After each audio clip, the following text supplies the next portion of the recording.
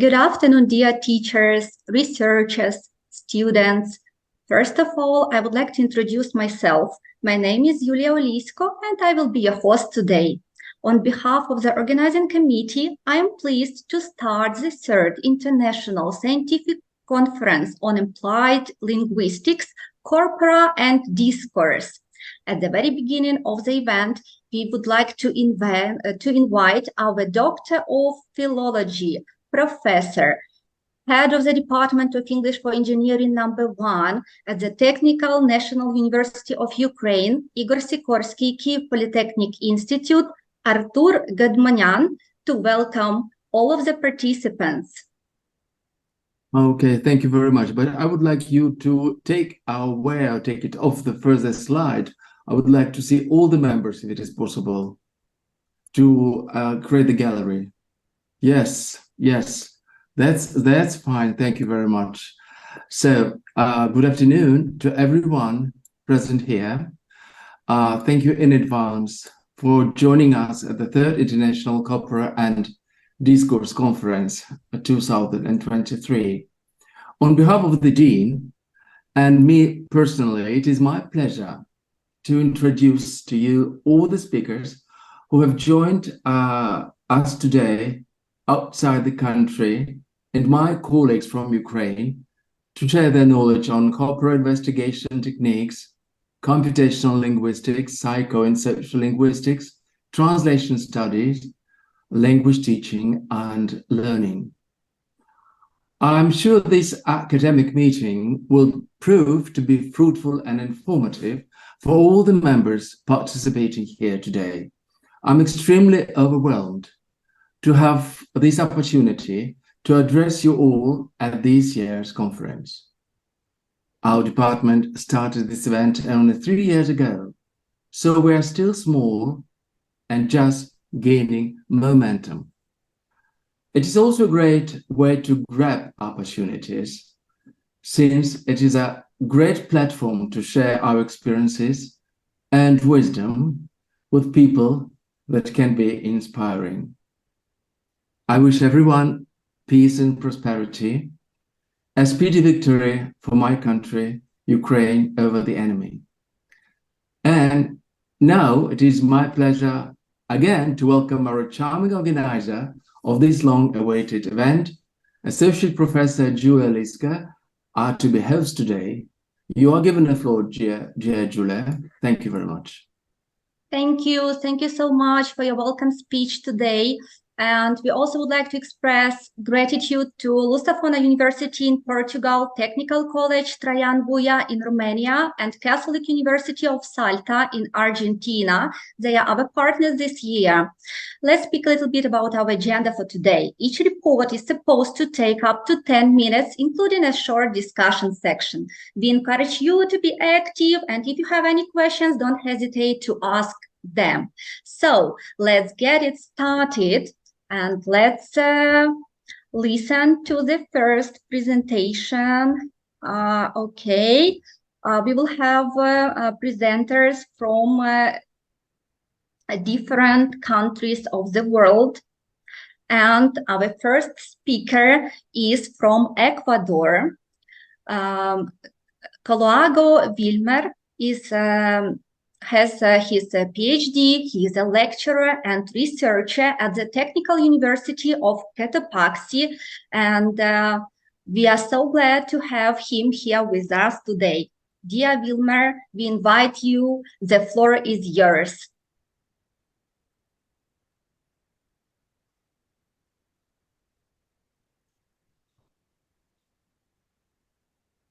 Can you hear me? No, Yes. it's good. It's good now. Okay, great. So thank you a lot for this opportunity. Julia had invited me some months ago, and I can believe that the moment is today. Thank you a lot for all of the organization behind this Magnificus program. And thank you a lot for all of the activities that are here, researchers, colleagues, and students, foreign students. As Julia said, I'm from Ecuador. I work in a public university in my country. And today I would like to introduce this topic. Can you see the PowerPoint? Yes. Yes. Okay, thank you. Excellent. Now, this is an examination of collaborative EFL co-teaching.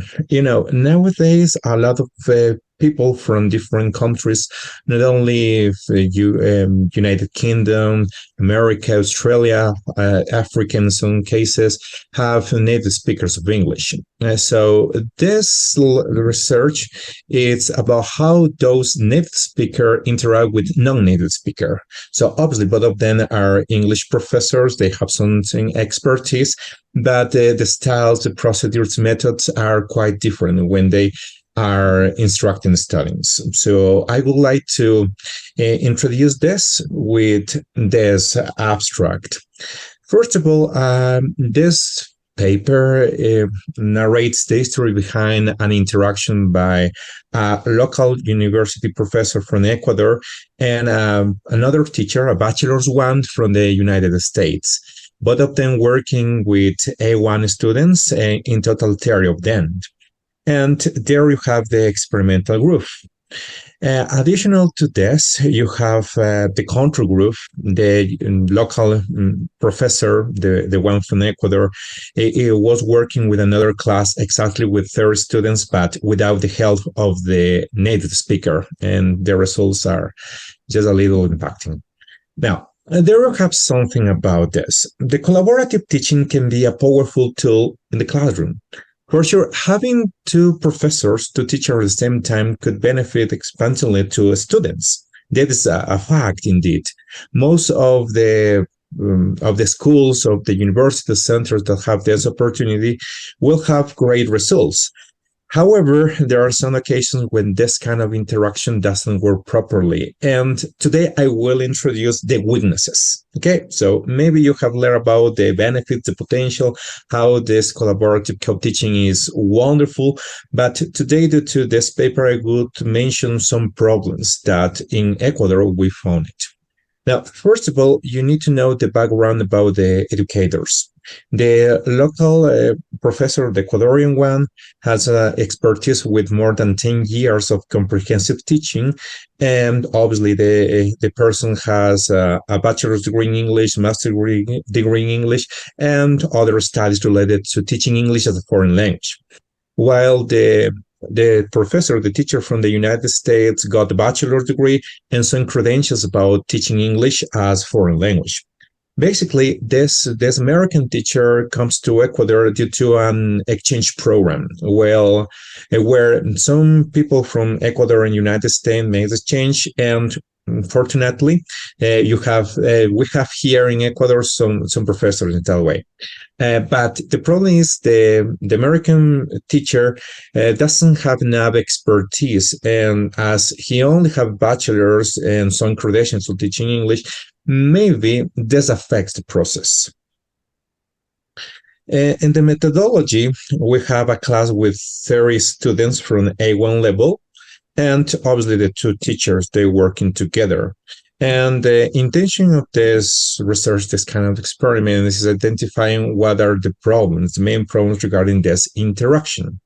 Now, here at the procedure, we have like both professors are completely different.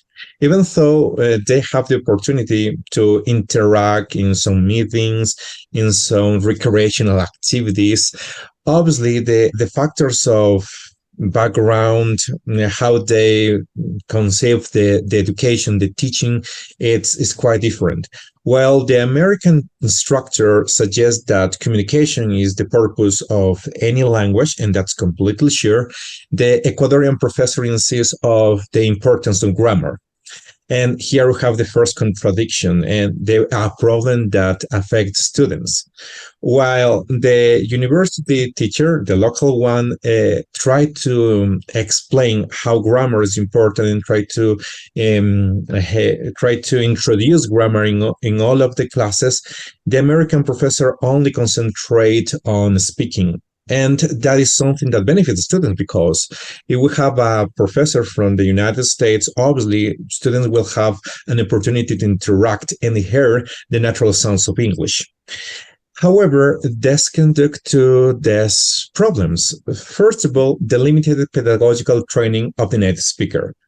There were some moments when both professors were planning, and obviously due to these characteristics that I mentioned before, one insists that the students need to speak, and the other teacher insists that at first they were A1 students, they need a lot of input.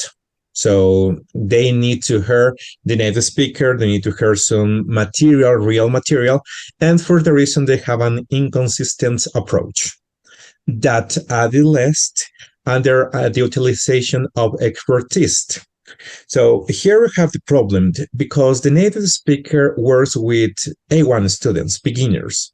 And when the professors have the opportunity to discuss when and how the native speaker will have with the interaction, the local professors insist that the native speaker will be useful and helpful in superior levels, in intermediate or advanced, because students will have a background, will have some context, some knowledge about grammatical structure, vocabulary, and some components that are really useful to maintain a conversation.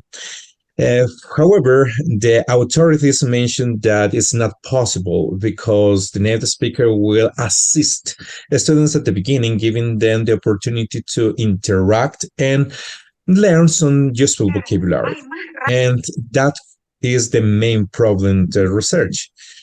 Now, when we have the impact on the learning outcomes, the A1 level learners struggled with inconsistent instruction because while the Ecuadorian professor tried to explain, as I mentioned before, the grammatical structure, the use of nouns, pronouns, adjectives, because here we have A1 level. The American instructor mentioned that they only need to use the language. And for example, just a quotation, when he said, "Hello, my name are Wilmer," and there's not a problem because native speakers sometimes made a silly mistake. However, the university professor, the Ecuadorian one, insists that if they present this lack of knowledge during an evaluation, the testing process, these students will have problems. And indeed, this happened at the end. Because this experimental group have a lot of students who fail. Because the process was organized in a way that the interaction is in all of the classes. You have only like 30 minutes to introduce grammar, vocabulary, and the rest about grammar. And we're talking about 2 hours of teaching. At the end, the evaluation is standard, so it's exactly the same evaluation for all of the groups in beginner, intermediate, and advanced students. And students that have this co-teaching experience fail. From the population of 30 students, only 17 pass to the next level. And there you have, in contrast, the second class, the control group that the Ecuadorian professor won't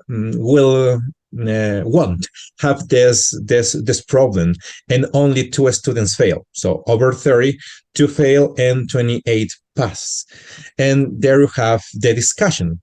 Even though the importance of matching structures, expertise, suggestions, qualification, we need to concentrate on the specific needs of learners. Because maybe from the teacher's perspective, for the professor staff, the interaction with native speakers is marvelous. However, if the students from A1 level, totally beginners, can understand what the native speaker is saying, it's not beneficial at all.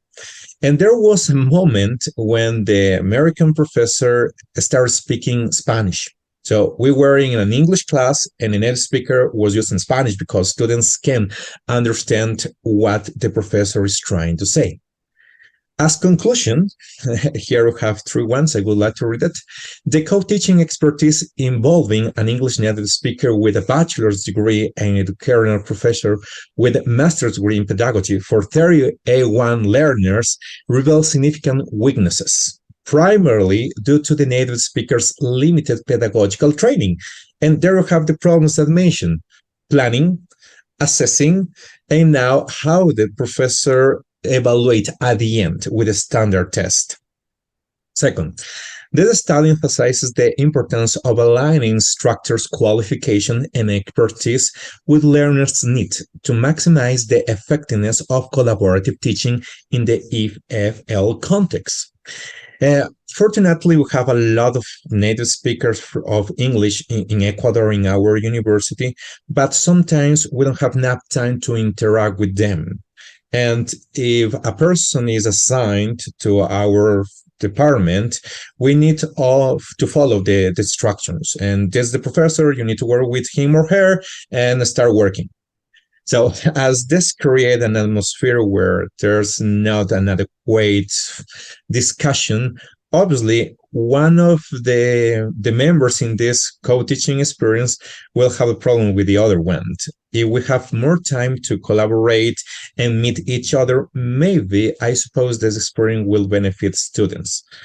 Finally, future research should further explore the potential benefits and challenges of collaborative teaching in diverse language learning environments, while considering the qualification of the instructors involved.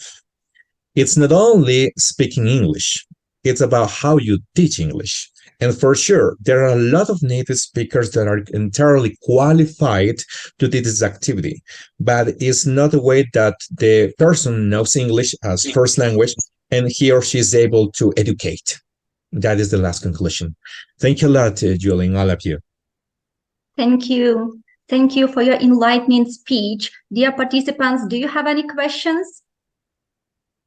May I? Yes, sure. Thank you very much, Wilmer, for your experience. It's really important for our country as well as we introduce different native speakers to participate in our projects. And I have a question about assessment and feedback. Could you please clarify how you align the assessment to fairly evaluate students? And how did you provide them with feedback? So was it both professor feedback or like only the native speaker was providing on some like language correction and feedback? Tell us more about that, please. Yeah, okay. Thank you a lot for that question. Regarding the evaluation stage, as I said, we have some standard exams that are applied for all of students, not only the ones involved in this experience.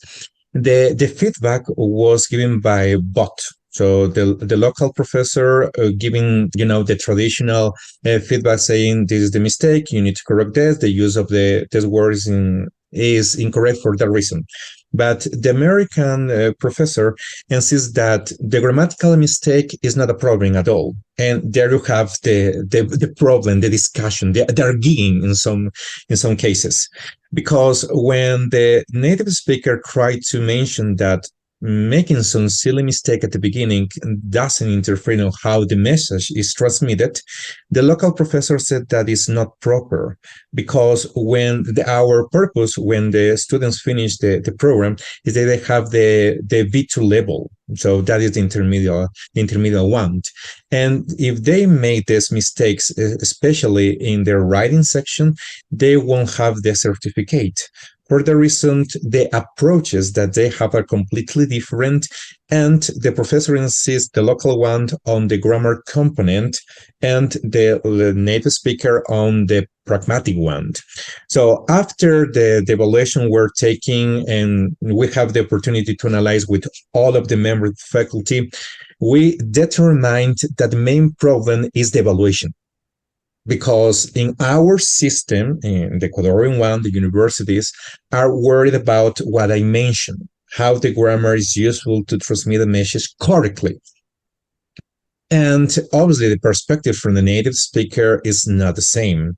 Even though we speak the language, the foreign one, or maybe the native one, the intention of any language is establishing good means of communication. So maybe I'd made some mistakes during my presentation, but you understood everything that I was trying to mention. And that is the way. So as next research, we are working now in modifying the standard exams, and we're going to align them according to the Common European Framework for the Cambridge scale. So now we are trying to apply all of these standard tests, starting from movers, flyers, key, preliminary, and first. So we are going to move all of our exams to that methodology. Thank you. Thank you. Okay. Thank you. And we have one more question from the head of our department. Okay, unmute, please. Yeah, microphone. Yes. Artur Guzmanian, please unmute. We can't hear you. Yes, just a moment. Yeah, Yeah. okay. Thank you very much, Wilma. That was amazing and very interesting.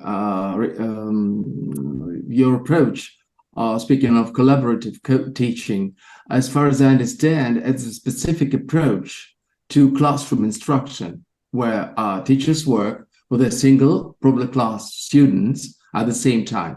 But we know either about collaborative and cooperative teaching.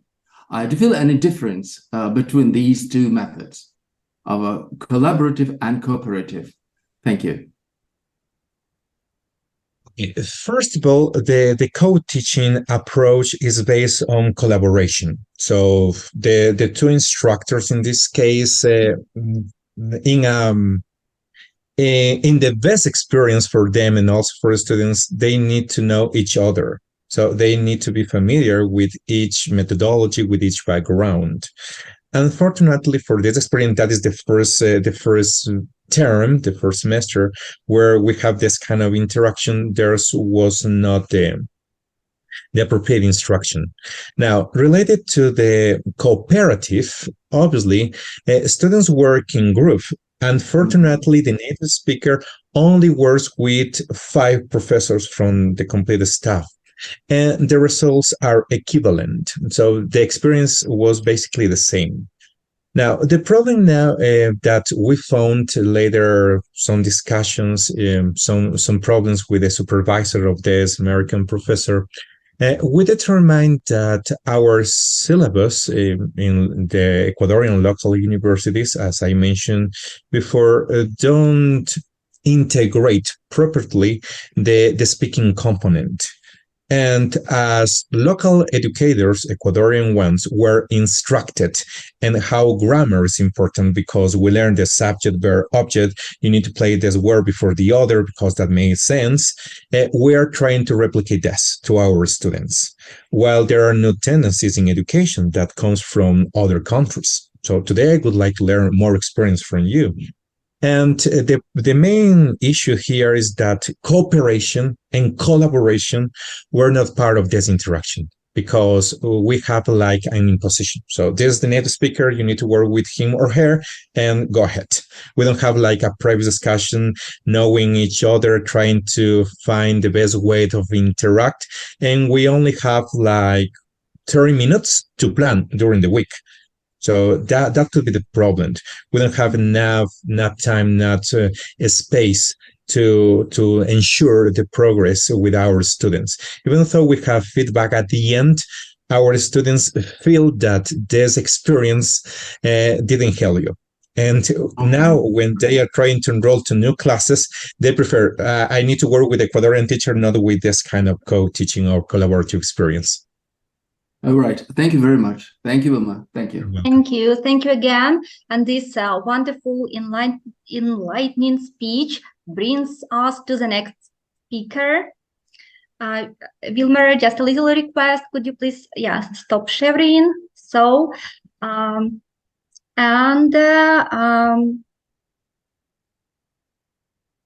next speaker is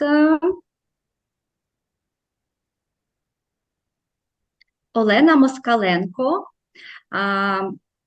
my colleague, professor at the National Technical University of Ukraine, Igor Sikorsky Kyiv Polytechnic Institute, and she is ready to share her experience on CLIL technology. Julia, I'm afraid she's not. She's got a problem with the internet. Maybe she will join us a little bit later. Not now. I've got only SMS from Telegram from her. Yeah, okay, that happens. Okay. Something wrong with the internet. Happens. We can continue. We can continue with the next speaker from Ukraine.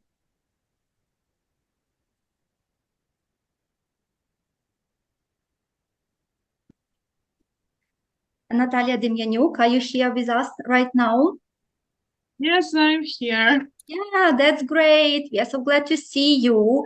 And so Natalia is also my colleague, and she's going to present on the methodology of using Google Docs for checking tasks in a foreign language.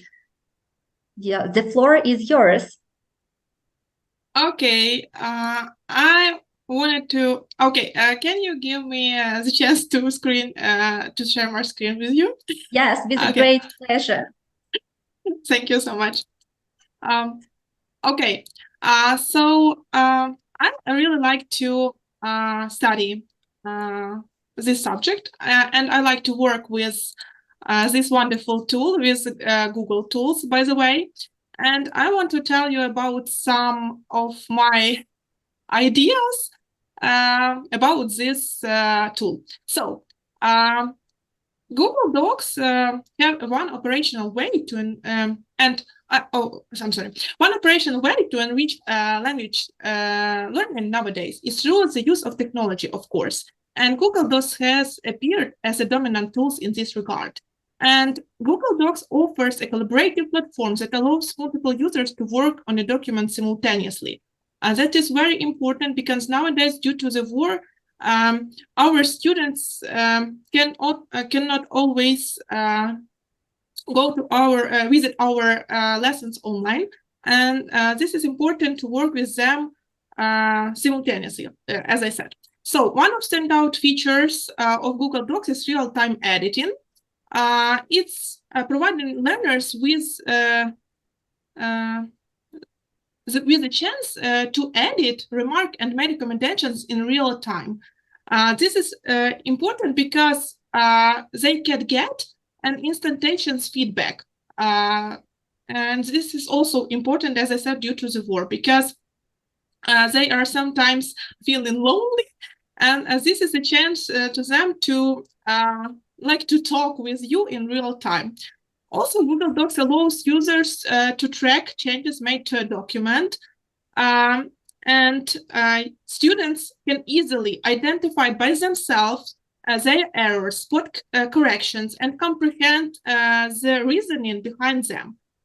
So, moreover, we have the wonderful tool, the version history feature that allows users to return to the previous version of the document, providing a comprehensive view of the document in a whole, providing of the document on a whole, and to track their movement over time, and to track changes over time. Also, Google Docs comes equipped with a collection of language tools, including spell check, that is also important for studying language, grammar recommendations, and translation possibilities, of course. It's also, again, very important while we are studying language, especially English, because when you are setting these tools, yes, these tools can help you to check your spelling mistakes, for example, or grammar mistakes. And you can just fix it without your teacher even.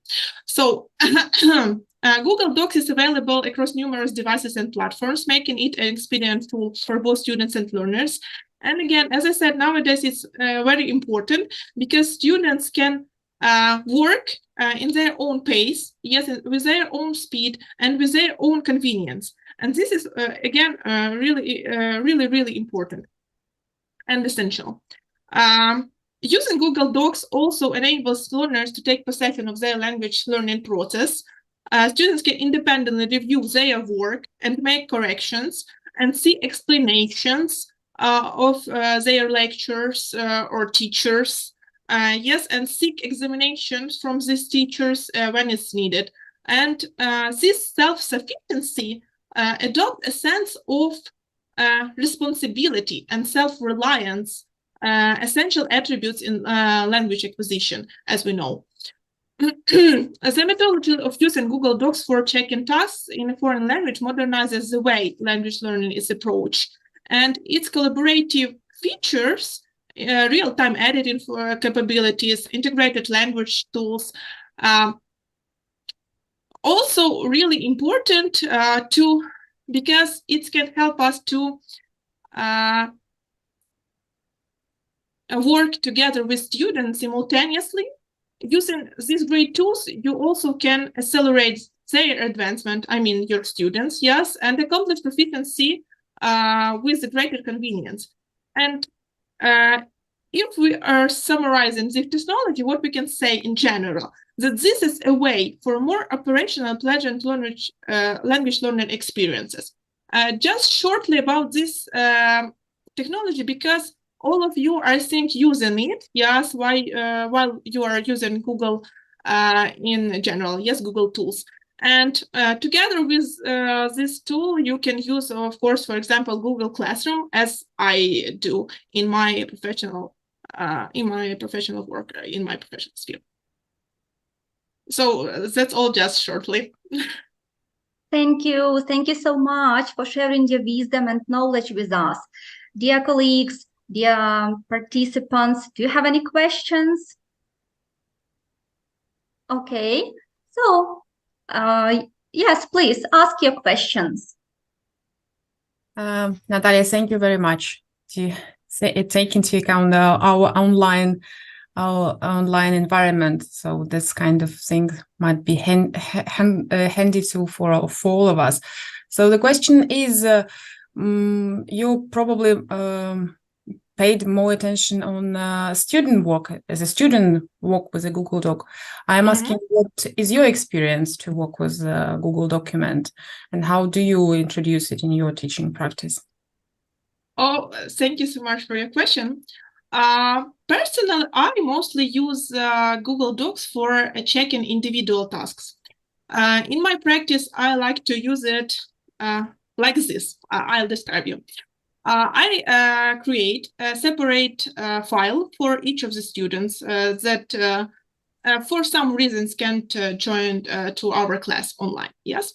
And in this file, I'm trying to add all the information, all the needed information, explanations, if it will be about grammar, for example, yes, or it will be about words, about vocabulary. I'm trying to add, for example, definitions, if we are talking about words and phrases, yes. And if we are talking about grammar, I'm trying to add there some rules, maybe useful links also. And after this, I'm creating a table. And on the left side of this table, in one column, I'm placing tasks. And on the right, I'm placing space for completing these tasks. And on the right side, sometimes I can add some explanation if it's needed. And I think this is a very, very wonderful and convenient way for students to complete tasks, because they can do this without open several, for example, files or several tabs. So I am using it in such way. Thank you. I will definitely try to do the same. Thank you so much. Okay, we have one more question. Yes, okay. This is my question. Thank you, Natalie. I liked your presentation. Your experience is very interesting, because I personally do have problems with the Google Workspace and the Google Doc in particular. So maybe I still don't know how to use Google Docs effectively. As far as I know, you already understand, you already do. There may be some steps we'll have to know.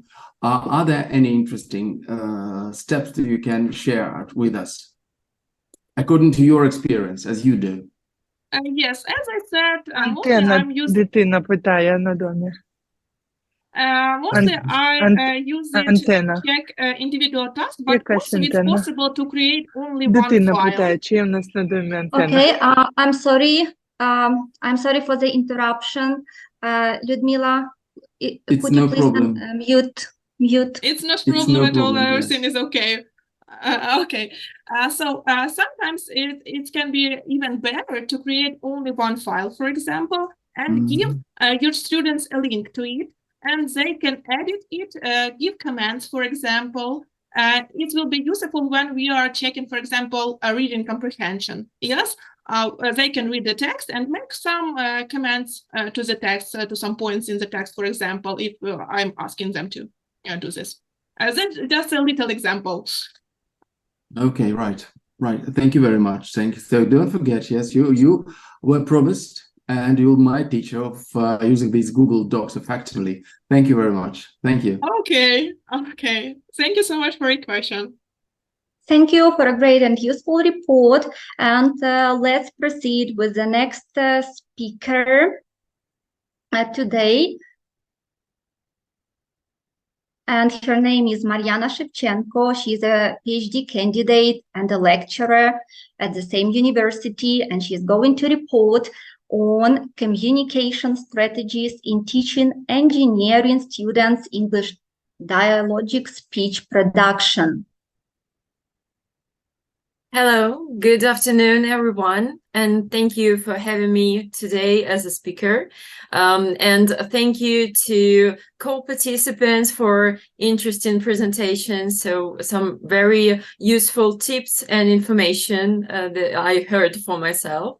And today I would like to talk about some dialogic speech tips. Yeah, so teaching dialogic speech. And I believe that communication strategies is one of the key points in educating our students who are non-native speakers of English dialogic speech production. So just a second, I will share my screen, my slides with you.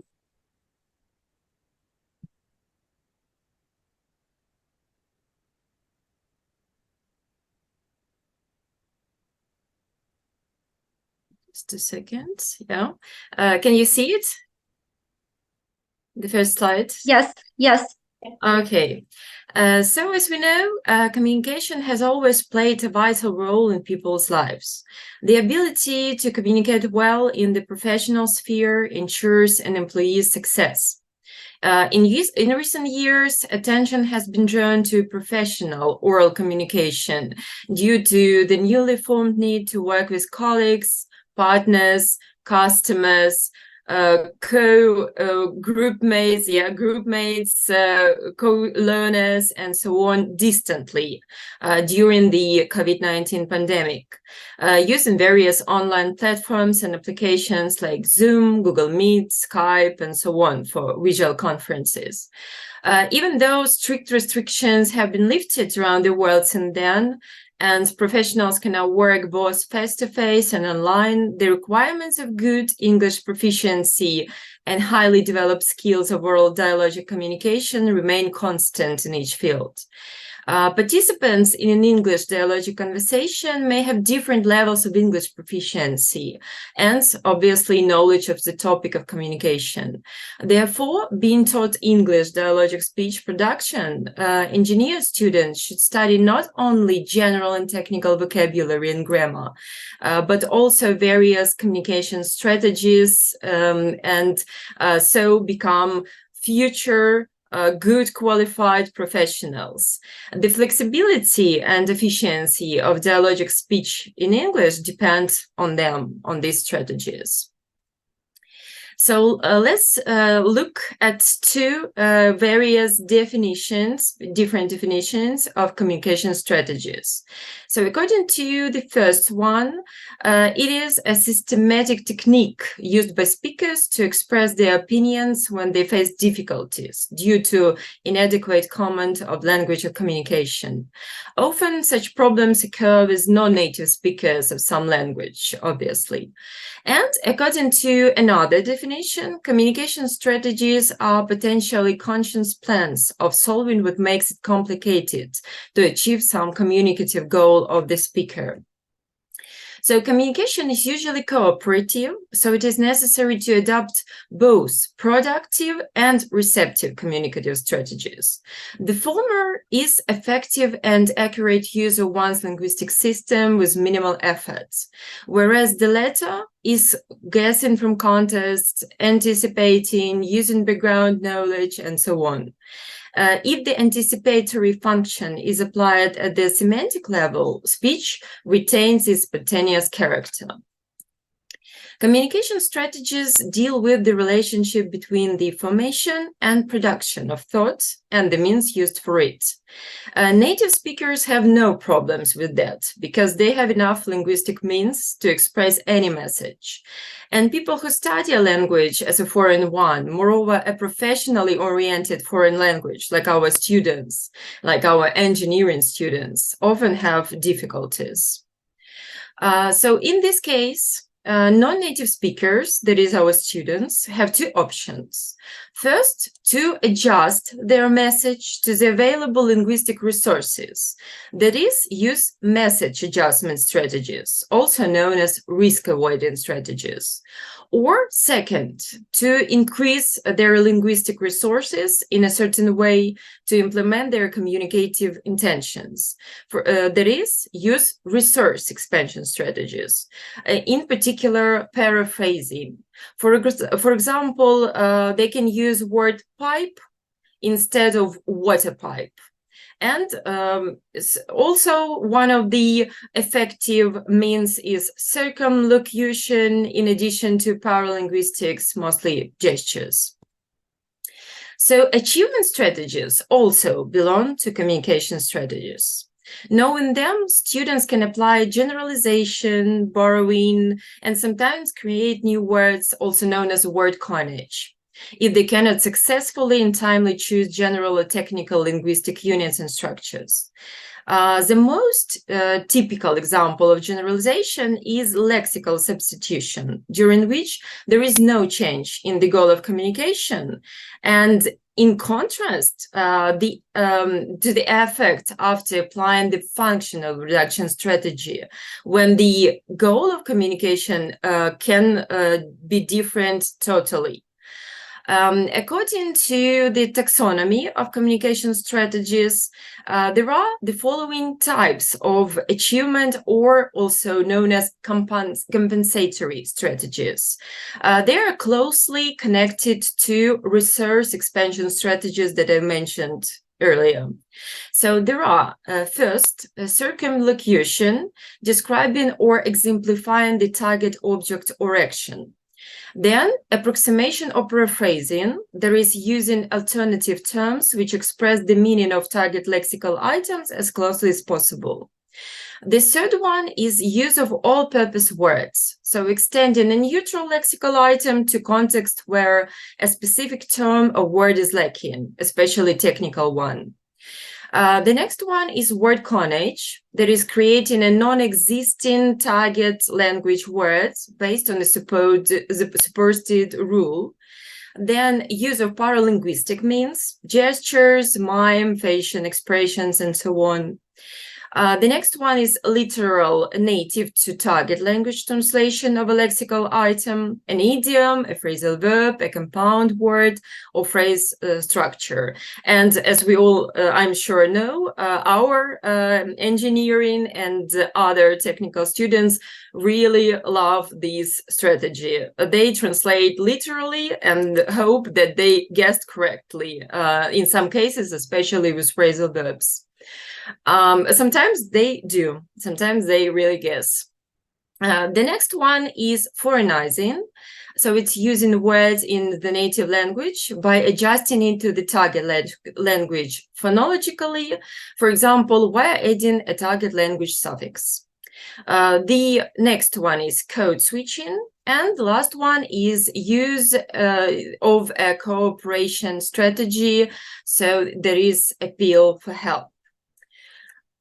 Then it should be mentioned that there is another effective type of communication strategies called stalling or time-gaining strategies, which is the use of fillers in pauses to gain time to think. For example, so, well, you know, like, let me see.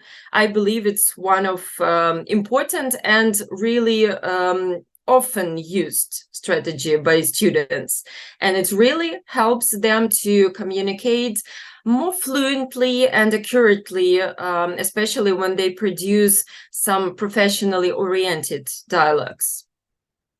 Communication strategies are an essential aspect of learning foreign language communication. So improvement of strategic competence must occur within the framework of teaching English dialogic speech production. Engineering students' ability to use, for example, a formal production strategy will help them achieve the required level of fluent and continuous professionally oriented dialogic speech in English. Dear Mariana, Yes. I'm just sorry to interrupt you, but we kindly request presenters to adhere to the allotted time. If you could wrap up your points, we will ensure a fruitful I'm finishing. exchange for all. Thank you. Sure. So you can see at this demonstrated slide some examples of formal reduction strategies. We are, I'm sure, very aware of them. Then there is functional reduction, which is a substantial difficulty during oral communication in English because there appears avoidance of conversation topic, cutting off of speech, so basically the end of dialogic conversation. Thank you for your attention. That was all that I wanted to tell you about, and if there are any questions, I'll be glad to answer them. Thank you for your contribution. Let's move on to the question-answer section, and we have some questions. Svetlana. Okay, Mariana, thank you. Thank you for your thought-provoking report. You have given us a lot to consider, but can you give us some examples of the types of achievement strategies mentioned above? Yes, sure. So the most popular ones, the first one that I mentioned, circumlocution, that is describing or exemplifying the target object or action, is when students say the thing you use for or the thing you use when, instead of naming a specific tool or technology. Then about concerning word coinage, when students produce a bit different words in target language, for example, condensator, like we use in Ukrainian, instead of condenser, like in English, and rounding instead of curve. And the last one that I mentioned, cooperation strategy or appeal for help, it's when one of the interlocutors is lacking some words and can just turn to his co-communicator, to interlocutor two, for help verbally, so say that they need help, or non-linguistically, so using non-linguistic means like facial expression, gestures, and even imitation of sound. So these are the most popular ones by students. Thank you. Understandable. Thank you.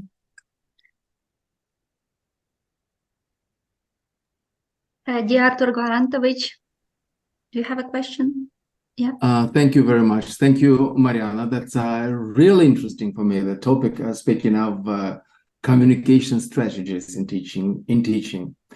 The teacher usually adopts several techniques to communicate with students. We know, yes, together the students and the teacher developed a set of classroom expectations. You personally, as far as I understand, you developed strategies to engage students, to help them focus, participate, and achieve success in classroom activities. But my question is the following. What type of routines do you follow in your classroom to help engage students and help them focus when changing, for example, from one activity to another? It's sometimes difficult, but have you got any suggestions according to your experience? Thank you. If I understood you correctly, so how I combine various types of activities in class, yes? Yes, especially changing from one activity to another, yes. Yes, I try exactly to implement communication on some level, so dialogical or monological communication with fellow students or with me, even like frontal communication. So we try to discuss basically or to share our ideas about what we, for example, have read before.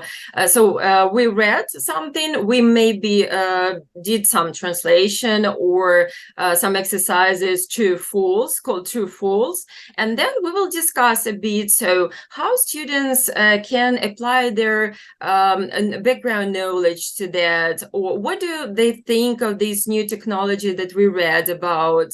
Then we will proceed to another exercise, for example, listening, and then I will try to group them in small groups or in pairs, and they will try to discuss. So basically, my glue between my activities, my produced or prepared activities in class is communication. And this is why I am so passionate about studying various strategies of communication. So to help students not just say one sentence and that's it, they don't know nothing. They should be lacking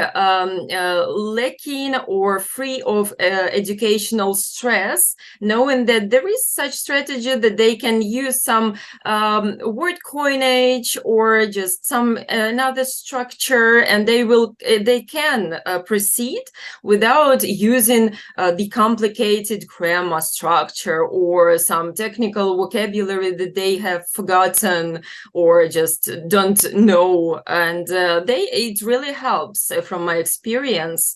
So they are stepping from one level to another with applying these strategies. So first of all, they can use word coinage, or they can just paraphrase something, and then they feel free to just implement their technical vocabulary that we learn and proceed to professionally, really professional communication with me or with each other. So communication is the glue. Thank you, Mariana. So a set of classroom expectations were already developed. Thank you very much. Thank you. Thank you.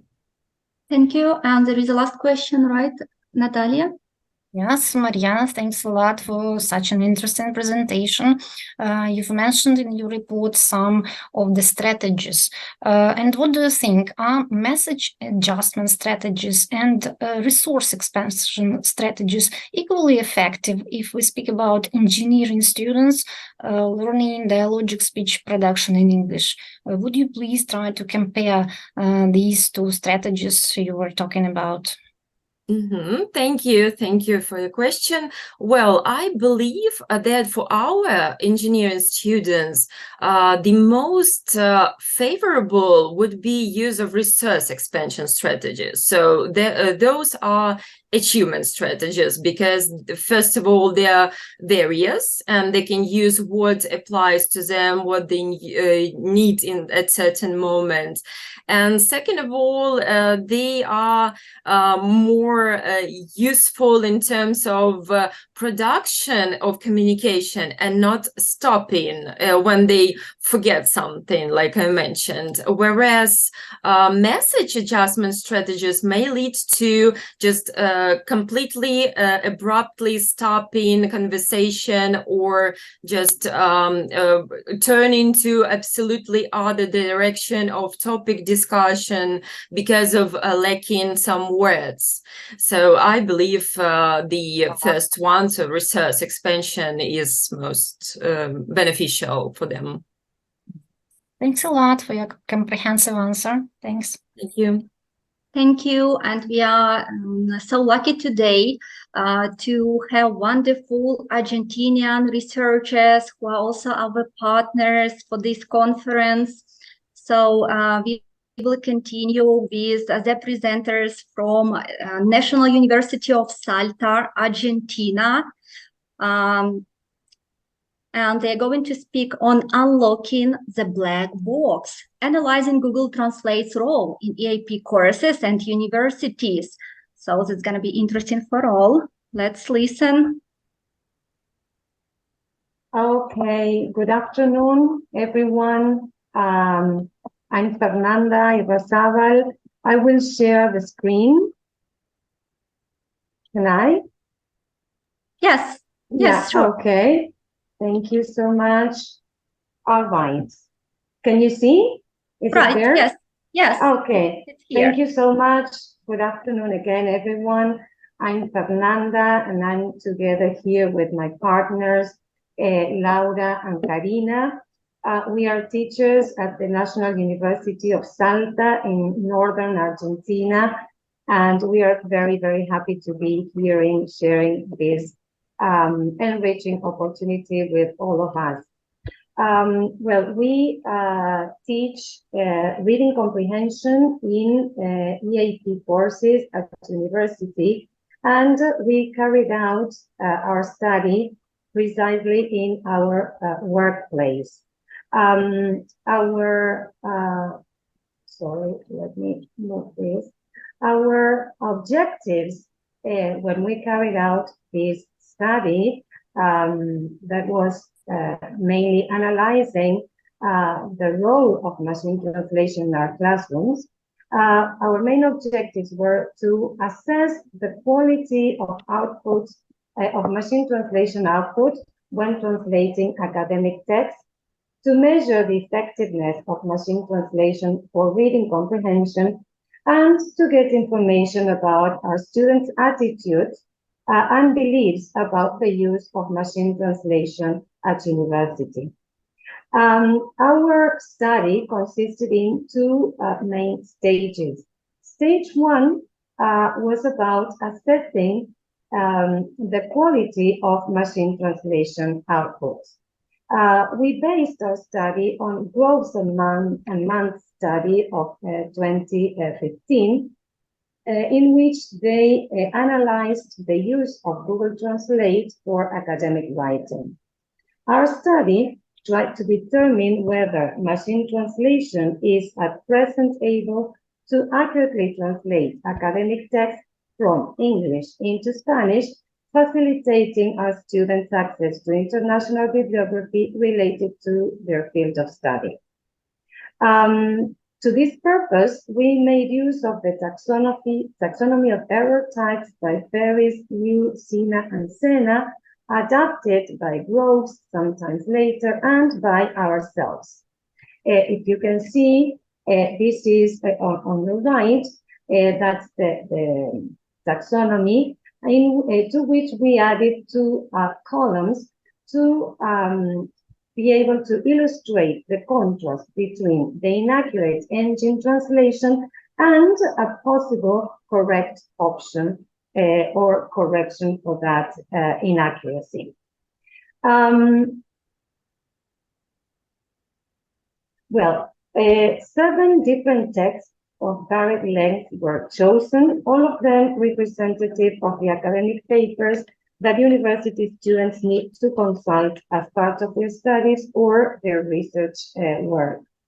They are complete articles or excerpts from research papers written in formal standard English related to the areas of humanities, exact sciences, and health sciences, and published in online international journals. So that was the corpus we selected to analyze.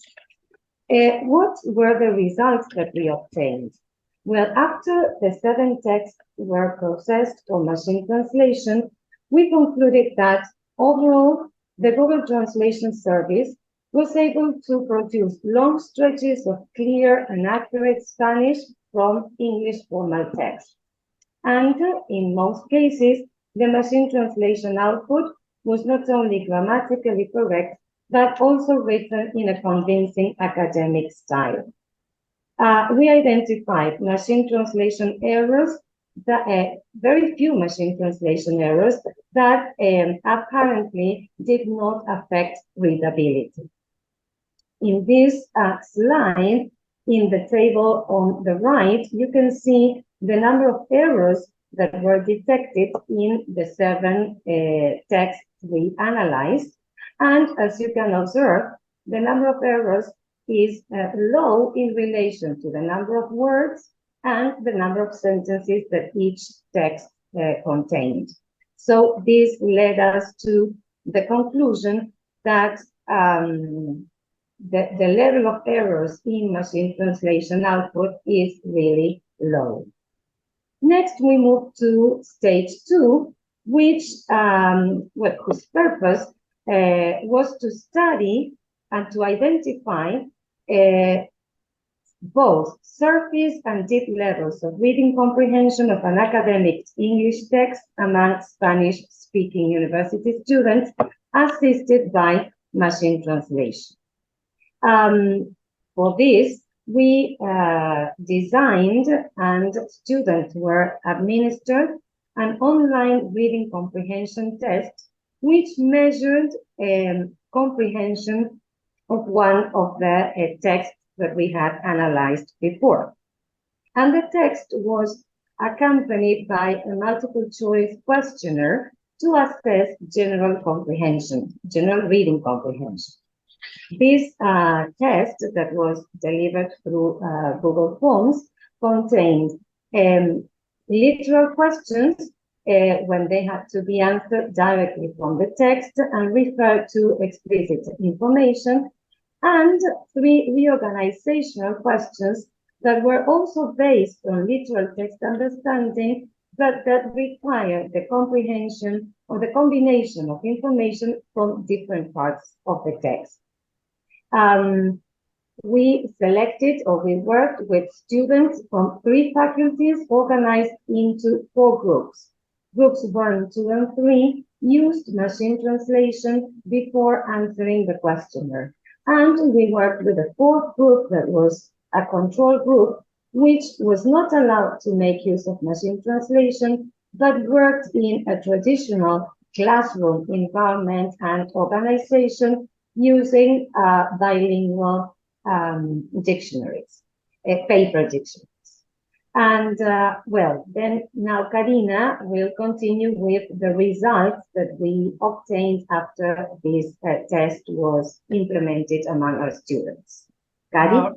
Yes, thanks, Fernanda. Good afternoon, everyone. I'm Karina Ramasho. Can you hear me? Yes. Yes. Yes, okay. So as Fernanda said, I will continue with an overview of the participants' results.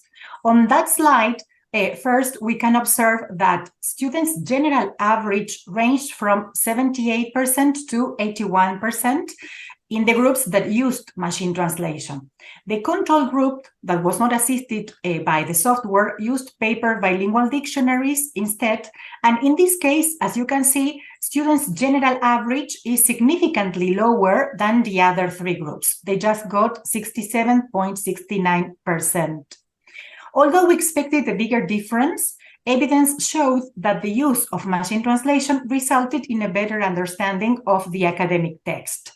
Now, if we analyze the questions individually, that you can see the chart below, the lowest scores were obtained in questions 7, 9, and 10 that evaluated literal text understanding, but required the combination of information from different parts of the text.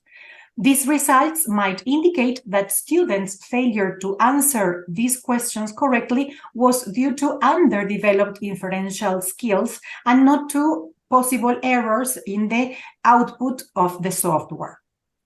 Then, after the participants had completed the test, they were asked about their opinions on the use of the software for their university studies.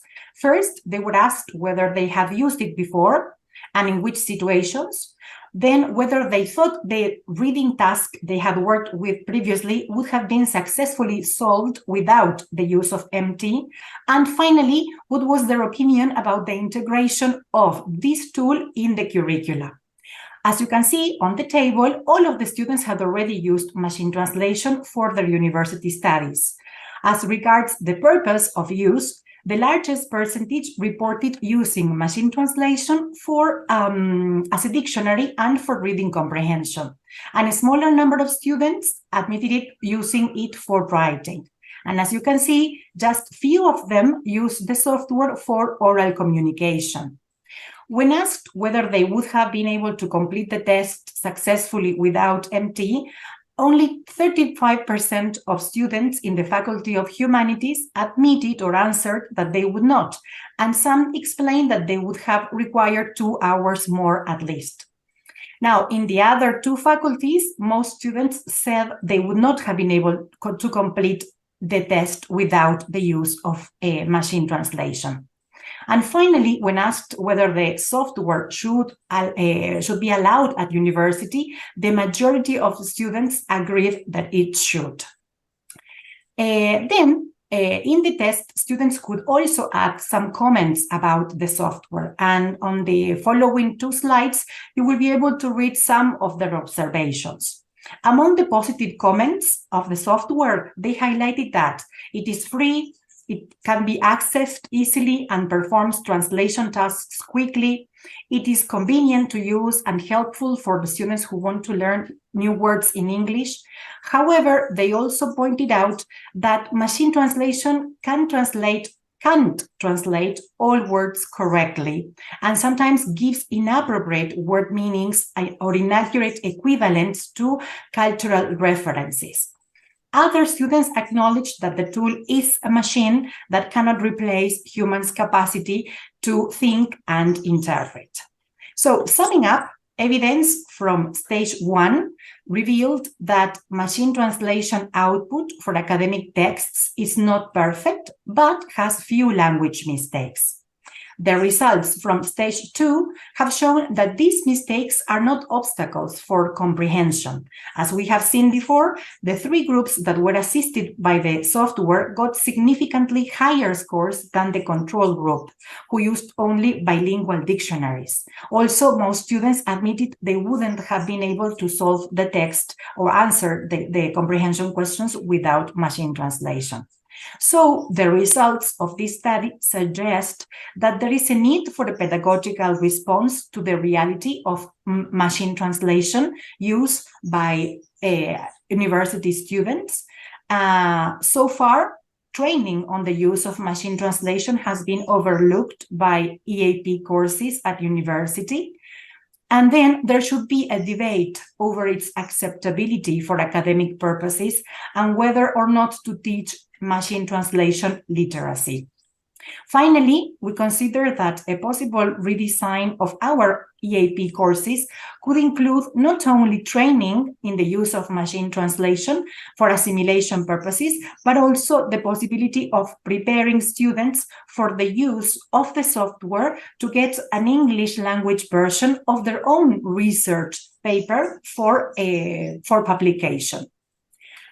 Well, here are the references. Those were our conclusions. Thank you for listening to us. And if you have any questions, we will be more glad to answer them.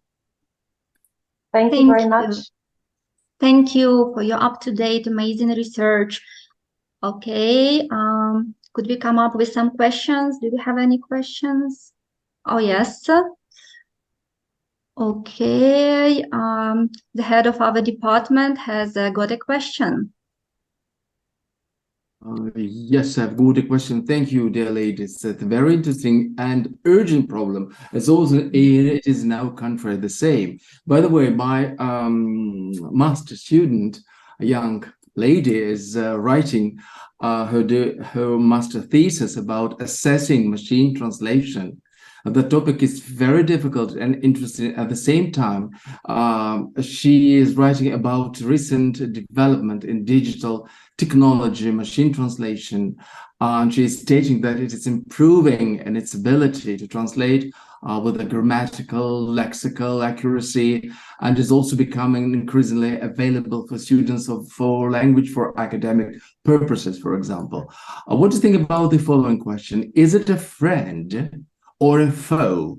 I mean, a foe like an enemy, the Google Translate and the process of work at the university. And for the humanities, for those who study science, natural sciences, and so on. What do you think about it? Thank you. Thank you for the question.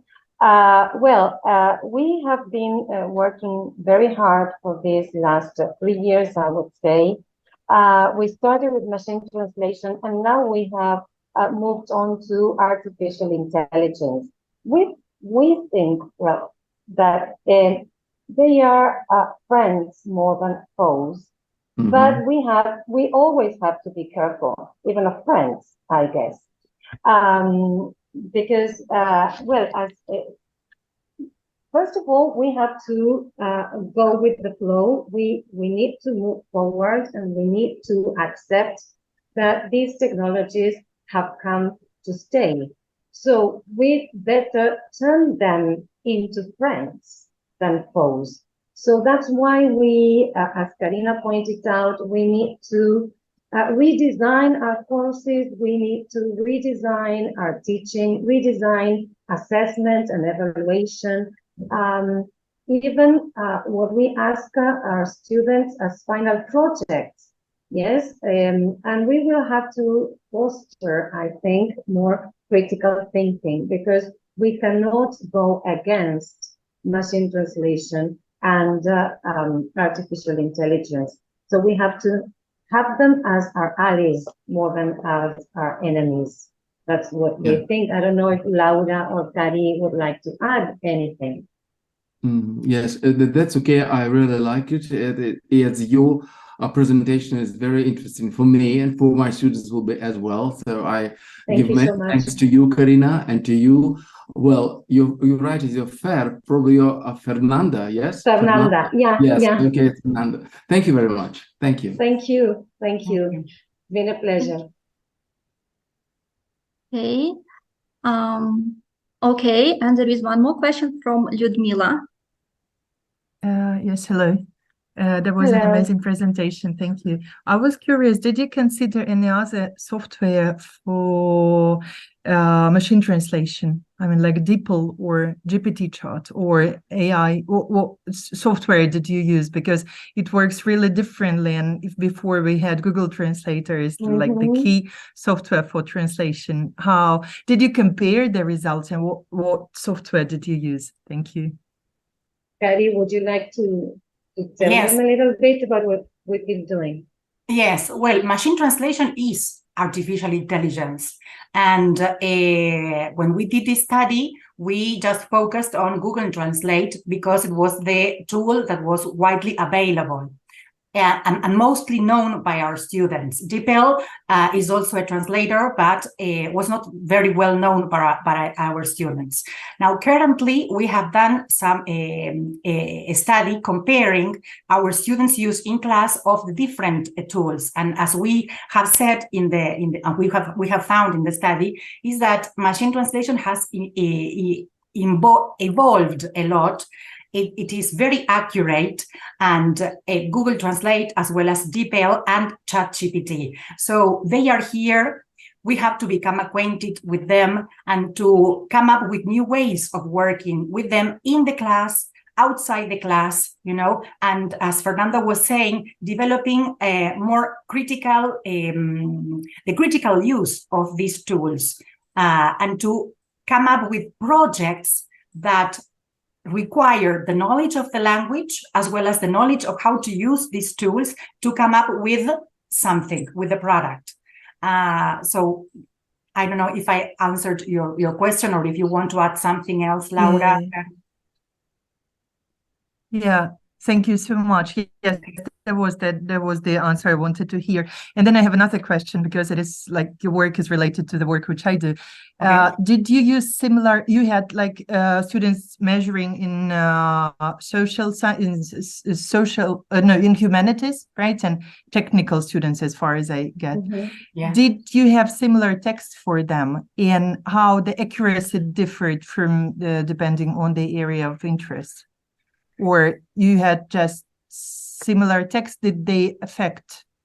We used we used the same text. We selected a text that might be interesting for all the groups that had a common interest, so that we could that the analysis was, you know, like even and not biased, or that did not depend on the text. So we used the same text for all the grouks. Okay, thank you very much. Yes, that was. Now I will read your articles in more details then, because I'm curious how was it. All right, if you want to contact us, that would be great. Yes, that would be perfect. I could probably leave my email in the chat. Okay. Yes. Thank you so much. Great. Yeah. Thank you. Thank you. Thank you Thank for your you. wonderful presentation. And we will continue with the speaker from Ukraine. My experienced colleague. Her name is Olena Moskalenko. She is our professor at the National Technical University of Ukraine, Igor Sikorsky Kyiv Polytechnic Institute, and she is ready to share her insights. Good afternoon, dear colleagues. Thank you for giving me opportunity to share some of my practical teaching methods. And now I will share my screen. Give me just a second because I have some internet connection problems.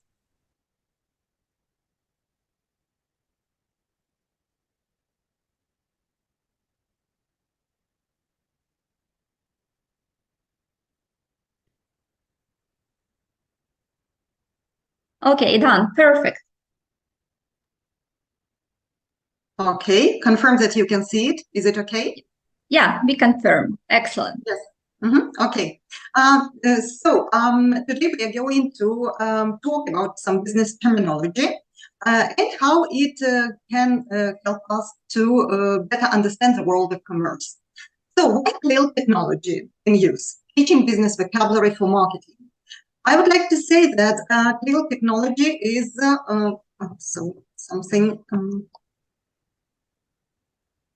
just a second, sorry. Yeah, okay. Yeah. So, CLIL technology, why CLIL technology? It's a modern teaching method, innovative approach, teaching subjects through non-native language. And in this course, learners gain knowledge and understanding of the subject while simultaneously learning and using target language. So the presentation of my structure will be the following. It will be focused on three main issues: how to use modern business terms, some practical cases, some business idiomatic expressions, top most famous entrepreneurs and business quotations 2023. So as I said about CLIL technology, it is content and language integrated learning, and it is used for teaching and learning foreign language. So in that context. So first, I would like to say about the role of English. It plays really a crucial role in business communications, and it gives opportunity to get involved in global business communication, to have access to international markets, to involve multilingual workforce, also online presence, digital marketing, and of course, legal and regulatory compliance. And the first thing is discussing some modern business terms with learners. I have chosen some of them, 5 main business terms that I think can be used very effectively in communication classes. So the first one is the marketing mix. So marketing mix. This is the complex of activities that you have to combine successfully in order to sell. And we can present it to learners in the form of, figure which contains price, place, promotion, and product. So all of these things take part in selling process, and we can discuss it with students very effectively. For example, product is connected with the design, quality, features, packaging, etc. The next term. So this is about marketing mix, the words that we can use to describe the products. For example, the words concerning product itself can be about design, technology, convenience, merchandising. The things concerning promotion of this product in marketing mix. It can be about special offers, leaflets, direct mailing, advertising, etc. All of these strategies can be discussed in mini groups or in pairs. So the next thing is some practical examples of marketing mix. We can give some situations to learners. For example, a company that makes video game consoles, and please discuss its marketing mix, the target market, price, place, promotion, and product.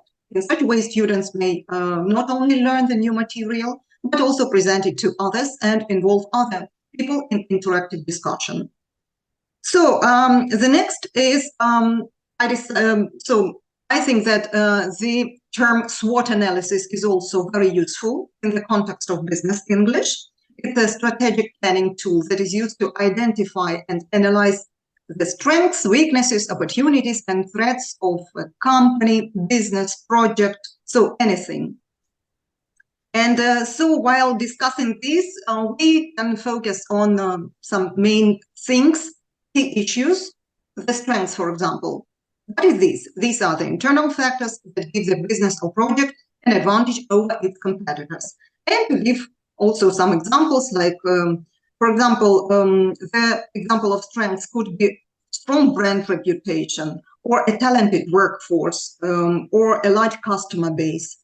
Then again, speaking about weaknesses, the same, we describe what it is and then give some example. For example, it can be the examples of weaknesses of the company can be poor cash flow, the lack of marketing expertise, or, for example, outdated technology.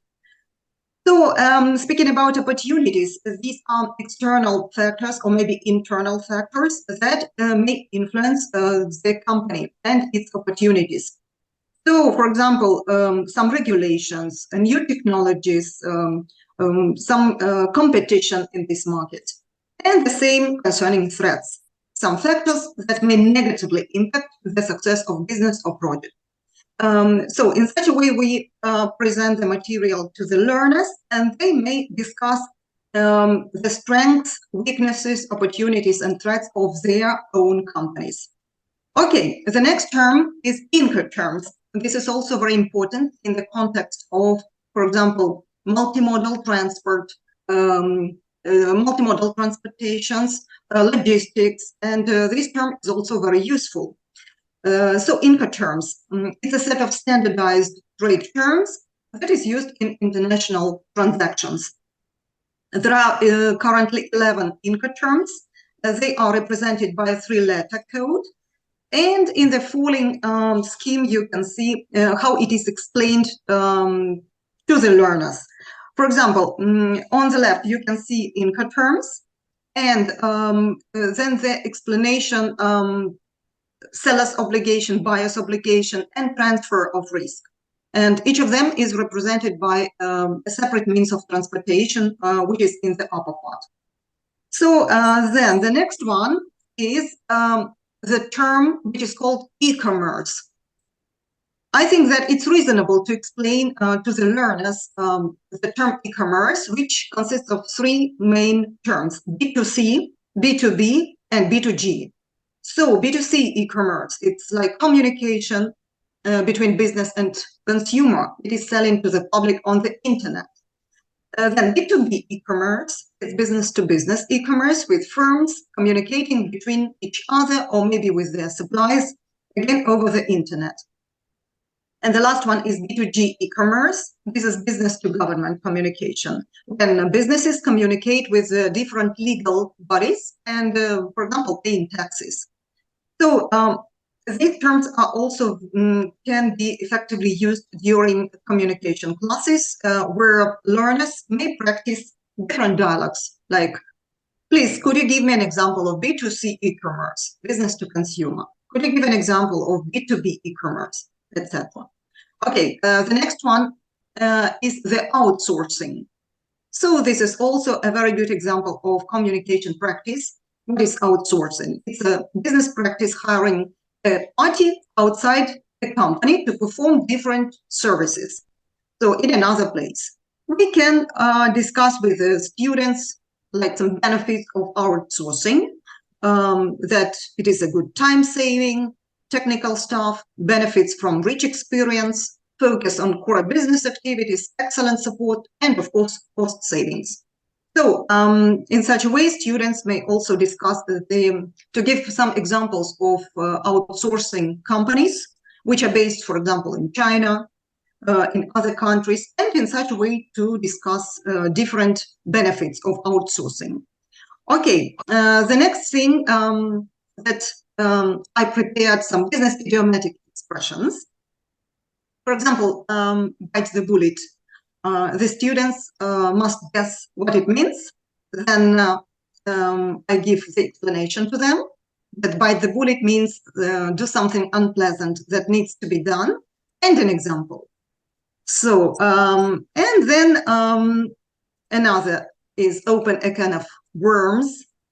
What it means to create some complicated situation in which doing something to correct the problem leads to many more problems. And an example.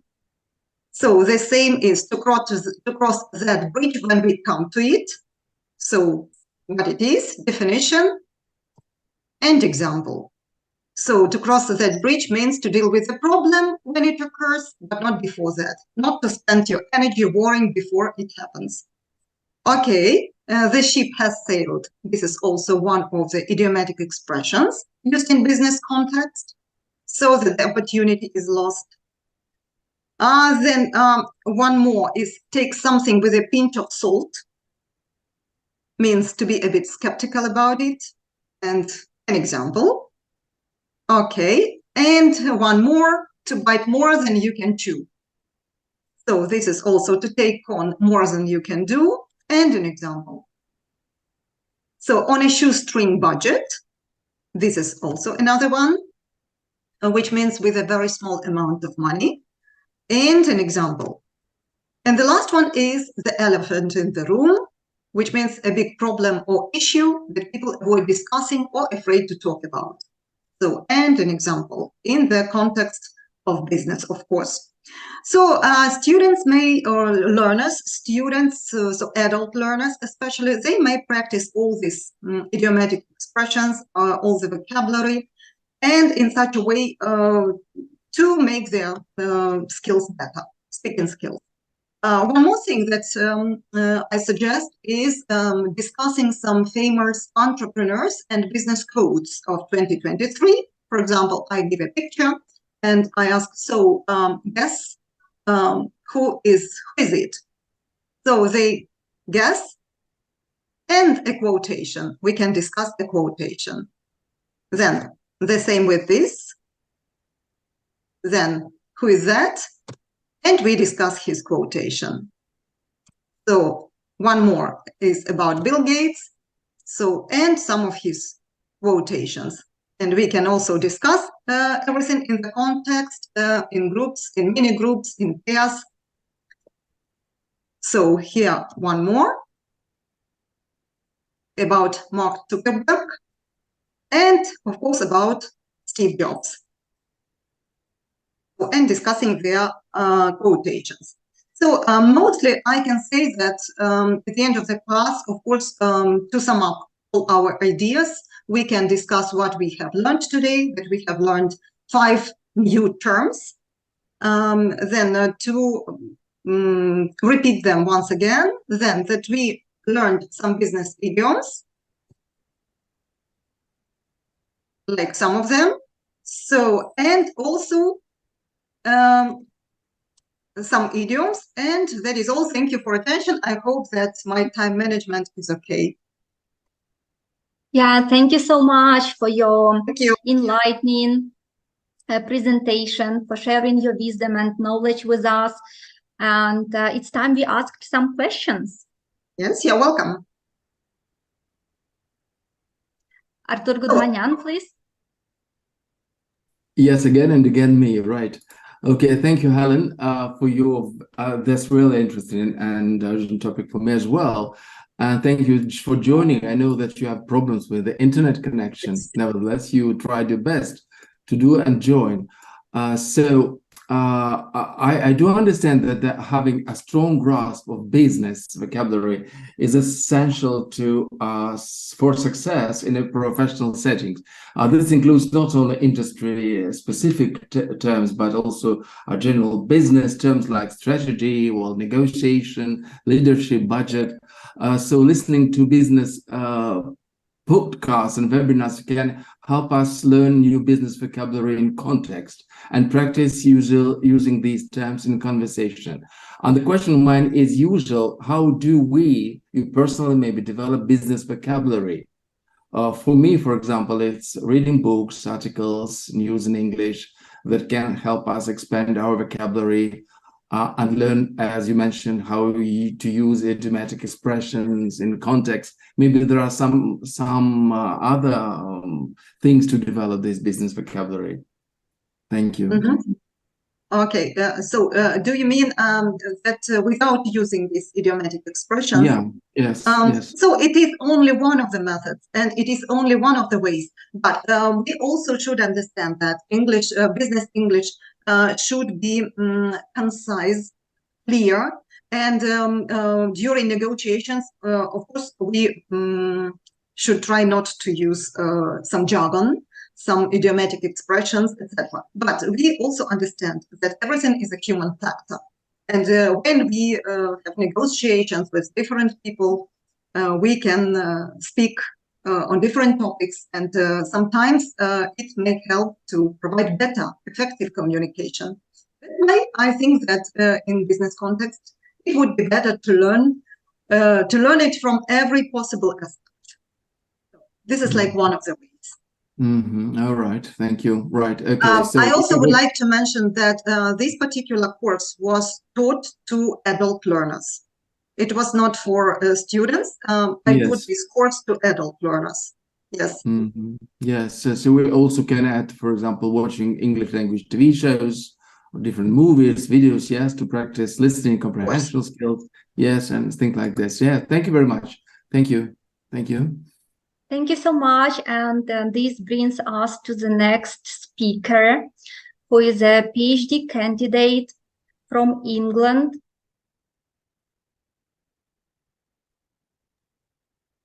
His name is Ender Velasco, and he is going to speak on Mind the Gap, a corpus-based analysis of differences in markers usage between Colombian ESL and tertiary level essays. Dear Ender, the floor is yours. Thank you so much. Thank you, Julie. Thank you, everyone, for having me here today. Okay, let's see if I can share the presentation.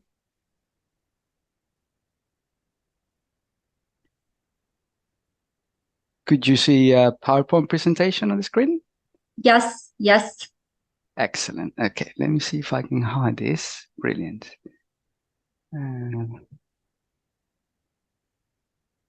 Okay. Yeah, there you go. Thank you so much. Thank you. We'll try to get it done within 10 minutes. I'll try my best.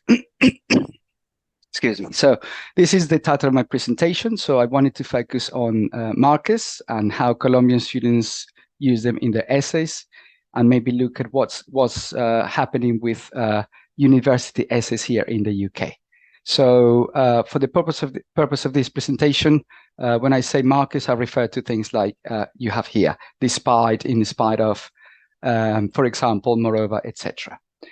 So just to give you some background behind my study, one of the things I realized a few years ago is that a lot of university lecturers criticize the essays written by ESL students. And a lot of the criticism is to do with lack of cohesion and coherence. This was a few years ago. When I started researching the literature, this is still happening these days. And this is also applying to the Colombian context. So my idea was to research that. I also found that in Colombia, there is very little research on argumentative essay writing.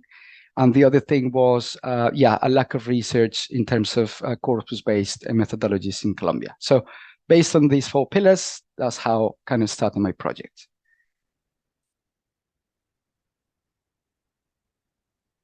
So the idea, I decided to investigate how Colombian ESL students use these markers in their essays with the hope to give some pedagogical recommendations.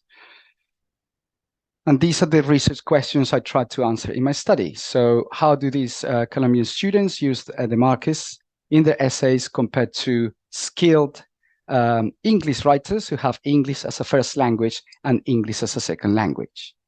A lot of the time, students, when you think of corpus-based studies, a lot of studies use reference corpora only by native speakers. So I kind of decided to include, instead of using native speakers, I'm going to be referring to skilled writers who have English as a first or second language, because I think I don't want to go into that. That's a different argument, what a native speaker is, but let's call them skilled writers for the purpose of this presentation.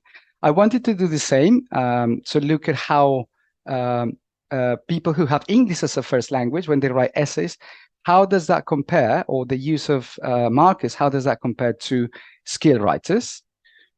And I wanted to see whether the comparison would reveal any differences about the nature of the essays. For my research, I decided to use corpus linguistics. Within corpus linguistics, I went with learner corpus research, which is basically when you compare a learner corpus to a reference corpus. So in my case, this is my learner corpus called SCOSESLE. It's a long abbreviation for a small corpus of Colombian English as a second language essays. The two reference corpora I decided to use was BAWE. This is the British Academic Writing Essay Corpus, which is a large corpus of academic essays written by British university students. The essays were categorized or marked as high quality. This corpus was, I believe it's from 2014, if I'm not wrong. So I decided to create a newer corpus called Cattlepew, which is basically a corpus of papers that writers have published in top 10 journals to do with linguistics. So the idea was to have something more independent, something that didn't have anything to do with British universities, and something that was a little bit more recent. This is a description of my learner corpus. So I collected about 272 essays. The essays are very similar to the essays that students have to write for the IELTS examination. So they are given a topic, a question, some time to write about it. Thank you. Thank you so much. Here, that's the other reference corpus, Loch Ness. That's very similar in nature to my learner corpus. And I wanted to do the same comparison to BAWE and Cattlepew. So what I did, I looked at markers. These are the categories I looked at, things to do with, when you clarify things in other words, when you give examples, when you add information, when you compare and contrast, things to do with time, nowadays, afterwards, cause result, frame markers, for example, when students want to introduce a conclusion. I came up with endophoric and evidential markers. Endophoric are things you use when you move within your essay, like things that you have mentioned before, things that you're about to mention. Evidential markers is more when you make reference to other people's ideas. And attitude markers, things like certainly, maybe, probably. So I decided to use corpus linguistics tools, Langsbox, for searches of frequencies of these markers. I also looked at concordance lines. I use Ankong. This is for the visualization of concordance plots. And I also use a calculator to kind of measure overuse or underuse. In terms of statistical tests, this is what I used. It was a combination of log likelihood values and something called base factor to look at effect size. So what did I find? One of the main findings was to do with overuse of markers. So this is an example of what Colombian students tend to do. They use a lot of nowadays in their essays, or at least more frequent. They use them more frequently than the skilled writers. The good news is that the overuse is not too repetitive. So when I looked at the dispersion, I realized that a lot of them were using just one marker per essay. So because you could have like one essay with like a lot of markers, but luckily the good news is that, yeah, the spread was quite even. So that was positive. I found underuse of endophoric markers and evidential markers. Colombian students tend to use a low range of these markers as well compared to skilled writers. An example of endophoric markers is, as I said, when you have mentioned something in your essay and you want to refer back to that. This is an example of an evidential marker, so referring to somebody else's work. According to, the good news is when I analyzed the same things in Loch Ness, it was a similar thing. So just to remind you, Loch Ness was the other corpus that I analyzed, written by people who have English as a first language. So I'm going to talk about the implication of that in a minute. And of course, I found misuse of certain markers in terms of punctuation, function, and syntax. So what did I conclude after my results? Colombian students need to be given explicit instruction in areas of, overuse, underuse, and misuse. So maybe to show them that, these things can be remedied, I guess. I also found, in terms of the underuse of endophoric and evidential markers, it's simply highlighting gaps between the IELTS essays that my students are used to writing, and maybe the university essays that British university students are used to writing here in the UK. And the same goes for the published papers. When I looked at the reasons behind this underuse, I looked back at this study from 1999, and it just basically explains differences between the writing task when you compare IELTS essays to university essays. The rhetorical functions are different, and also the research processes before writing takes place. As you are probably well aware, when you study at university, you have to do a lot of reading, writing, summarizing, synthesizing, and all of that you bring into the writing task. This is something that Colombian students are not really doing at the moment. I think I've got a couple of minutes. Yep, there you go. So the other thing I found was the good news, as I said, in Loch Ness, it is a similar case. So that led me to conclude that the differences in the frequency of the markers is nothing to do with the writer's first language. It's probably more to do with the type of essay that people are asked to write about. So, pedagogical recommendations, just to finish. How can we avoid the criticism from university lecturers about the apparent bad quality of ESL writing? So, one thing I would say is to show students that maybe repeating markers is not the only way of giving cohesion to the essays. You could show them other ways of giving cohesion through lexical cohesion, references.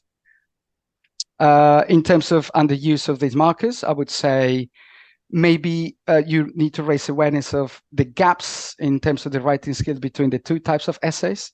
You would have to probably give them activities, teach them how to use these markers to refer to previous and subsequent sections of their own essays and to refer to other people's ideas.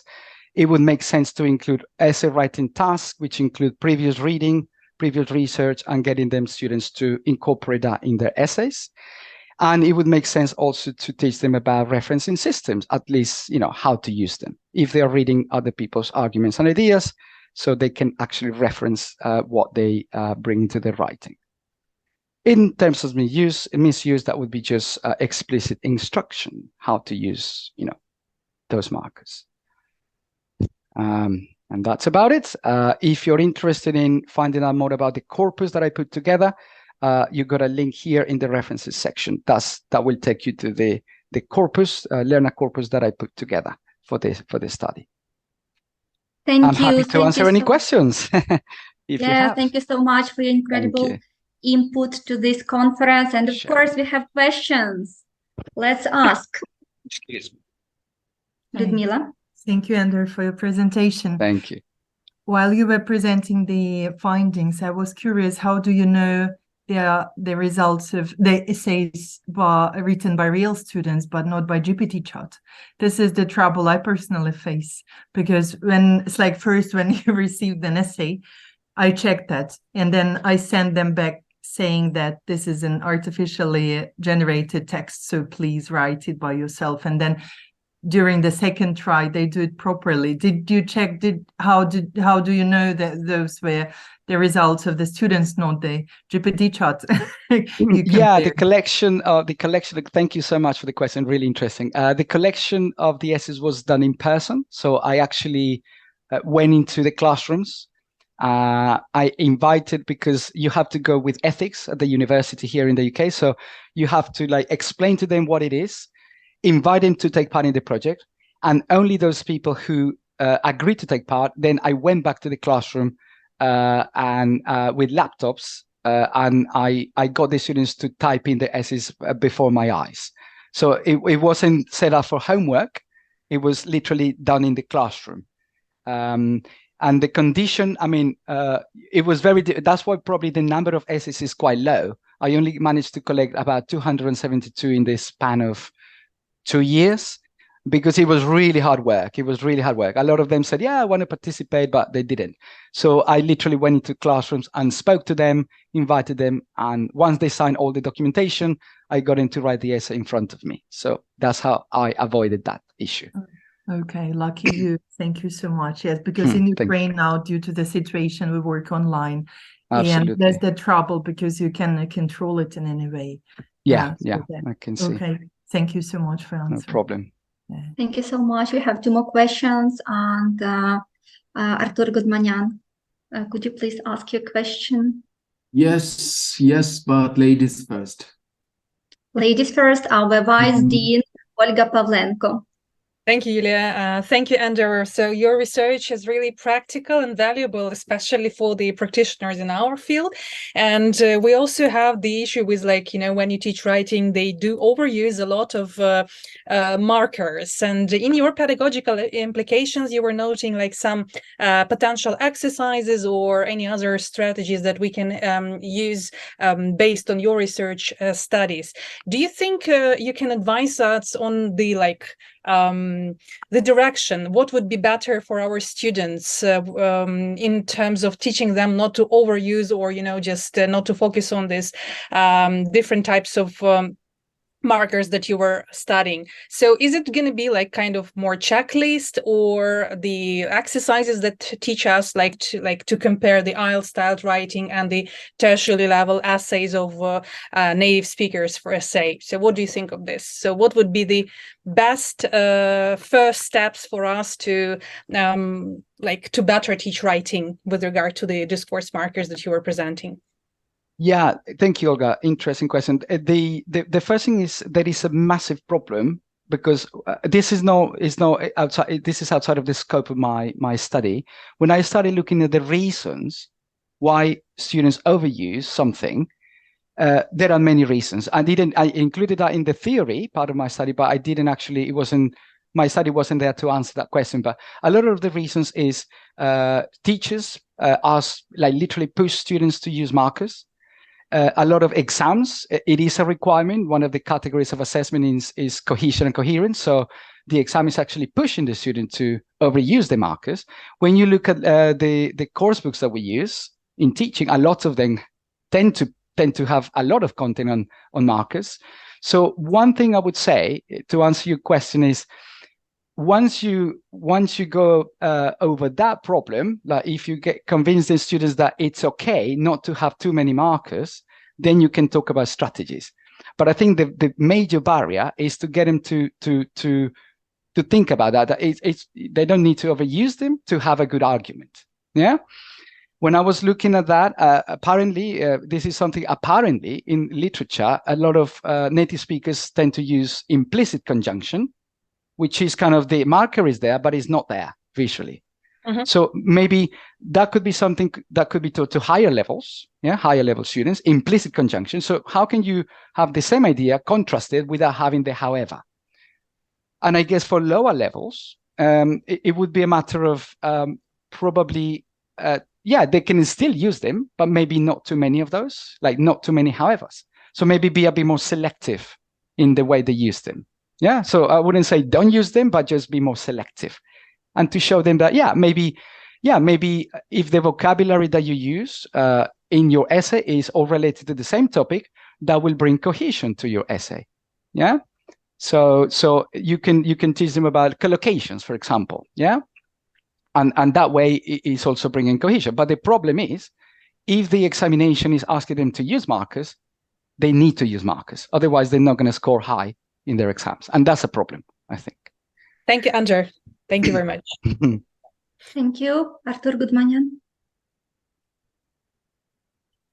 We can't hear you. Yes. Just a moment. Yeah. Okay. Thank you, Andrew, very much for your interesting report and presentation. Yes, working with my postgraduate students, we usually we also did some essays, but my conclusion is that writing an essay in tertiary level is an extremely complex task.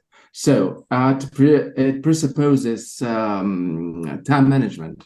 Yeah, choosing a topic, analyzing the question, brainstorming, planning, well, researching the topic, revising the plan, so on and so forth. So we do use books, journals, credible academic sources for support and evidence. We take notes from our reading. So they write an essay, plan, and organize their ideas. Write a first draft to include your introduction, body, and conclusion. So my question is about how do your students cope with the tertiary education essay writing? Thank you, Arthur. Thank you. The students I picked, they were mainstream ESL students.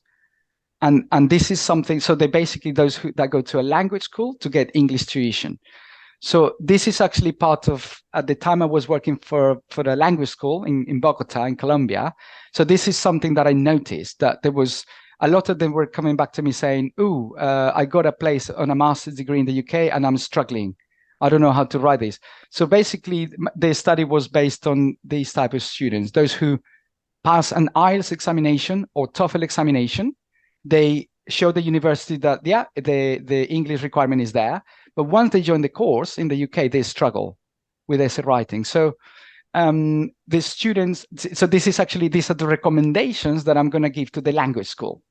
So it's kind of, the students, as I say, are mainstream ESL students. They've had very little contact with, some of them, maybe they might have to write reports at work in English, but a lot of them are not aware of what you were saying, it's a mammoth task when you have to write a university essay. So a lot of them just don't know how to do it. And they have demonstrated the language requirement through IELTS or TOEFL. And that's a problem, I think, because they jump from being an ESL student to being a university essay student in the UK. They've never had that, the bridge between the gap. So to me, I mean, this is something I would have to bring up with the language school and give those recommendations. We need to have something in between for those students who cannot take pre-sessional courses or English for academic purposes courses, because they jump straight from being an ESL, mainstream ESL student to a tertiary level student. So yeah. So I also is thinking about this in between. Yes, you are quite right. Thank you very much. Thank you, Andrew. Thank you. No problem. Thank you again and again. And let's proceed with the next speaker from Morocco. He is a PhD candidate learning Amazigh language policy and planning in Morocco. Abderrazak Ichhou, the floor is yours.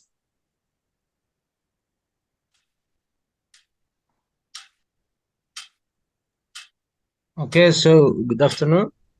Good afternoon, everybody. So thank you very much for this opportunity to take part in this international conference.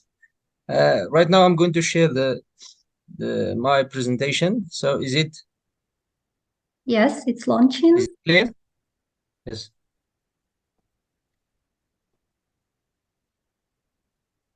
Okay, so is it clear? Yeah, it is clear. Okay, so thank you again. So I'm Ichhou Abderrazak from Morocco. I'm a PhD student. I'm working on the field of sociolinguistics, particularly language policy and planning. So the title of presentation today is about Amazigh language policy and planning in Morocco toward an ecological approach.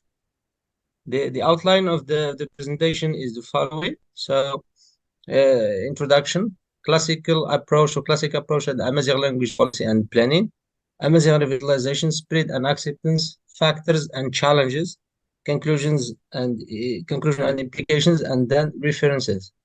I mean, the choice of this topic stems from the situation of Amazigh language in Morocco. So Amazigh language is an indigenous language spoken in the North Africa in general, in Morocco, Algeria, Tunisia, Egypt, and in some African languages like Mali, Niger, and the other languages. So here the situation of Amazigh language right now in Morocco, it has gone, I mean, through the process of language policy and planning. It means what? It means it has been recently standardized, and it has been promoted in terms of status. It's like saying, for example, it has been integrated in the field of education.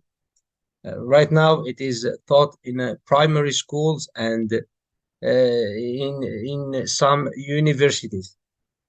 So the objective of this is like saying, and research questions that this is like saying these research targets are analyze the current situation of Amazigh language and provide an overview of the benefits of the classical model language policy and planning on Amazigh language, and study the non-linguistic environment of Amazigh language and provide the urgent necessity to adopt an ecological paradigms to respond to the needs of the language. So there are three main questions. What are the strong points of the Amazigh? What are the strong points and weaknesses of the classical model of language policy and planning? What is the status and position of Amazigh language in the Moroccan language market right now? And what are the non-linguistic factors that solidify the status of the other languages and weaken the position of Amazigh language in Morocco, in Moroccan society? So here we'll talk about the classical approach. The classical approach to language policy and planning. Here we're talking about, it's a kind of macro or governmental model. It's a top-down model. It starts at the governmental level, and it is issued for planning in the other levels. Here, for example, in the case of the Amazigh language, we have seen that there are, it's like saying, 4 major types of planning in terms of corpus, in terms of status, in terms of education, of language education planning, and prestige planning. So in case of Amazigh language, it has gone under the process of planning in only, it's like saying, in terms of 2 types of planning, in terms of corpus and status. When we talk about corpus, we talk about standardization, because until recently, Amazigh language hasn't been standardized, but right now it is a standard language. I mean, it's no longer, there are varieties, but there is the standard form. And in terms of status planning, it's like saying, we're talking about in terms of regulations and in the field of education. It has been integrated right now as a language. It's like saying taught in many primary schools. But in terms of prestige, it's like saying the state has never, it's like saying, yet issued any it's like saying programs at this level. But there is it's like saying a sort of a problem associated with this classical model, because it ignores, it's like saying, it ignores many factors. Here we're talking about non-linguistic factors, especially in terms of, it's like saying, urbanization. We have, it's like saying, people's attitudes and beliefs. We have it's like saying the language and its environment. So let's first talk about the effects of the top-down approach. So according to Spolsky, 2009, 2012, the top-down approach ignore many factors that are detrimental to the implementation of the macro policies designed at the central government level. So here, it does not take into consideration the power of local contexts. So the policies are designed at the central government level, but they don't take into consideration the local context. And this is the case for the Amazigh language. Here, so language policy is not, it's like saying in the top-down approach is considered, it's like saying as one fell swoop. It starts at the government level and it goes to the other levels. But for the new approaches, it's like saying the holistic approach considers language policy as a complex, chaotic, non-hierarchical system. So, for example, Bernard Spolsky talks about language policy in terms of domains. So, for example, we have the family domain, we have the educational domain, we have the it's like saying public space domain. So each domain has its own policy. So we cannot, for example, design one policy at the government level and issue it for all the levels, for all the domains. But in each domain, it has its own specificities and it has its own characteristics. So we should take this into consideration. So when we talk about another major problem, okay, or factor that is ignored in the top-down model, which is urbanization. Urbanization is one of the main, it's like saying, factors that lead to language shift. So here, the top-down model focus only on the standard language, but it does not take into consideration the problems that associated with the it's like saying spirit of other languages, especially, for example, here we're talking about dialects. For example, when you talk about Amazigh language, it's like saying 3 major dialects. So these dialects become affected due to urbanization. So people no longer use these dialects, but they use other languages. It's like saying, for example, Moroccan Arabic, and this is very dangerous. Okay, we could talk about spirit of the standardized form, but there is, it's like saying, language shift in the other forms. And we have as well the people's attitudes and beliefs.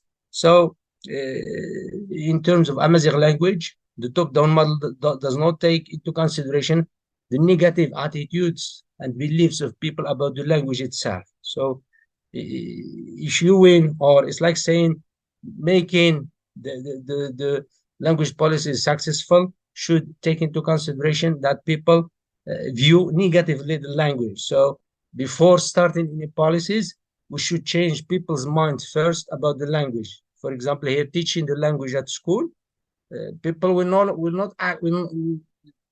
accept the language because they think that it is useless. And here we're talking about the economic incentives. So they think that the language is used for nothing. Okay, they will study it, but what is it's like saying the added value?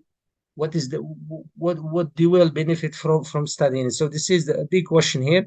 The top-down model do not take this issue here into consideration, and we have as well the environment, the linguistic, especially here we're talking about the linguistic environment or the socio-linguistic environment of the language.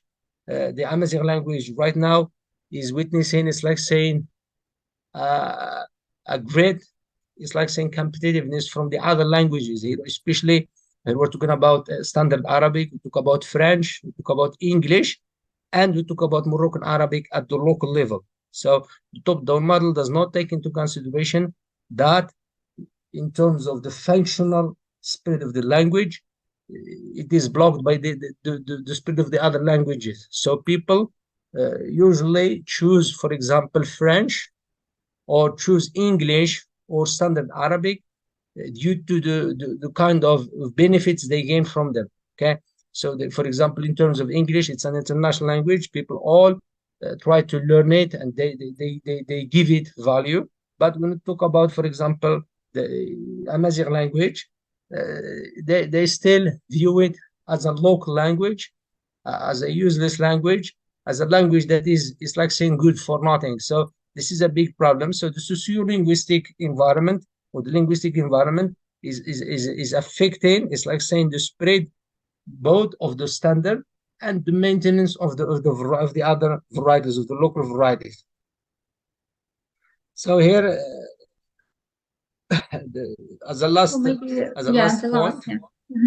yes, that I would like to say that the need for a more holistic approach has become, it's like saying, very important in order to promote, it's like saying, the presence of the standard and the maintenance of the Amazigh dialect, because it takes into consideration not only planning, but it takes other factors which are more powerful and more effective than planning itself. And thank you very much for your attention. If you have any Thank questions, you you are for a welcome. great and useful report. What about questions? Okay, okay, and Artur Gadmanyan has got a question. Yes, I've got a question. Thank you very much, first of all, for you, Abderazak. Am I right in writing in mentioning your name? Yes. The problem you are talking about is very topical, I think, nowadays, because we speak about the ecological approach to language. Yes, to language. It's a study of probably interactions between any given language and its environment. What is the right way of pronunciation of the language? Amazigh, what was the right pronunciation in English? How is the language called? Amazigh. Yes. Okay, Amazigh language. It's a standard Moroccan language. Am I right? So, yes, known as standard Moroccan Amazigh or Tamazight language. What is the right word today? Is it Amazigh or Tamazight? Yes, if you say Tamazight, you could say Tamazight. Tamazight, and you could say Amazigh language. Are there any differences between these two terms, two names of the language? No, there is no difference. Just in terms of the Tamazight, you could say Tamazight, and we know that you are talking about Amazigh language. But if you say just Amazigh, it means Amazigh. It means people and identity and the other stuff. Yeah, and how old is Amazigh language? I mean, it is like saying, as I said before, it is. It's more than. It's like saying. It may be more than 1,000 years, maybe 2,000. Yes. Yes, it's about the language. Yes. Thank you. It was officially recognized probably in 2010. Yes, something like this. 2011. It's 2011. Yes. 2011. Yes. Right. Okay. Thank you. Thank you. Good luck to you. Thank you, Ender. Thank you. Ender. Yes, thank you. Thank you, Abderazak. Just one question about standardization. I guess the government is planning to standardize the language. Who is doing this standardization in terms of, is this a spoken language or is there is it written as well? And what is happening in terms of standardization? Like, who is doing the job of creating the standard? Have they hired linguists, or who is doing the standardization? What do you know about that? Yes, thank you very much. I mean, right now the language has already been standardized. I mean, it's like saying there is an institute called the IRCA, the Amazigh Language and Culture Institute, in collaboration with the government. It's like saying with the Ministry of Education or the other ministries. They are taking charge of they are linguists there. They are Amazigh linguists who are taking charge of standardizing the corpus of the language. So there is a kind of collaboration between this institute, we call it IRCAM, Amazigh Language. It's like saying Royal Amazigh Language and Culture Institute. It has been established in 2001 in Morocco, and since then the linguists there has taken charge of standardizing the language in terms of grammar, in terms of lexis, and in terms of all the other aspects of standardization. And it is a written language now. It has its own script. It's called Tefina. It's one of the most, it's like saying ancient scripts in the world. It's called Tefina. It's the written form of the language. Just one more question, sorry, just briefly.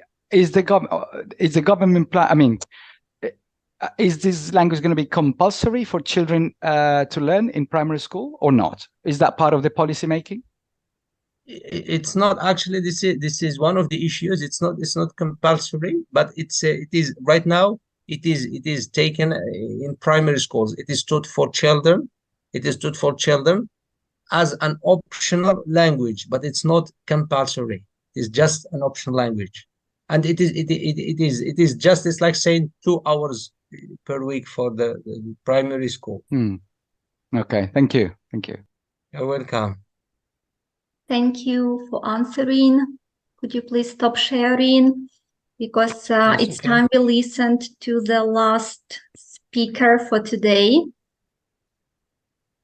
Abderrazak, could you please stop sharing your screen? Yes, okay, just Just a moment, because we are going to listen to our colleague. Yes. This is the last presenter for today, and her name is Nadia Doronkina, our senior lecturer, and she is going to speak on cognitive strategies of the scientific training discourse.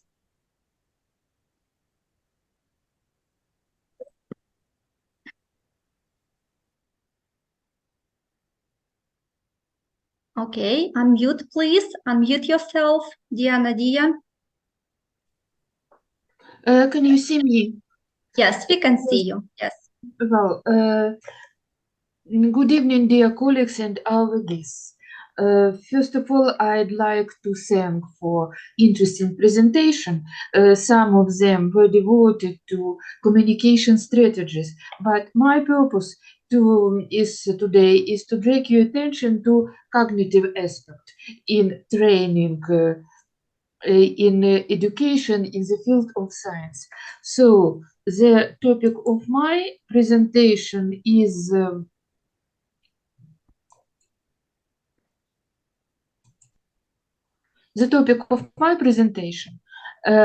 cognitive strategies of the scientific training discourse. Yes, we can see it. Yes. Okay. Can you see the second slide? Yes. Yes. So I divided it into 3 parts. First of all, I describe scientific training discourse. Then one should mention a learning process and a cognitive approach, and the last point is cognitive strategies. The focus is at the crossing on scientific discourse and training discourse, and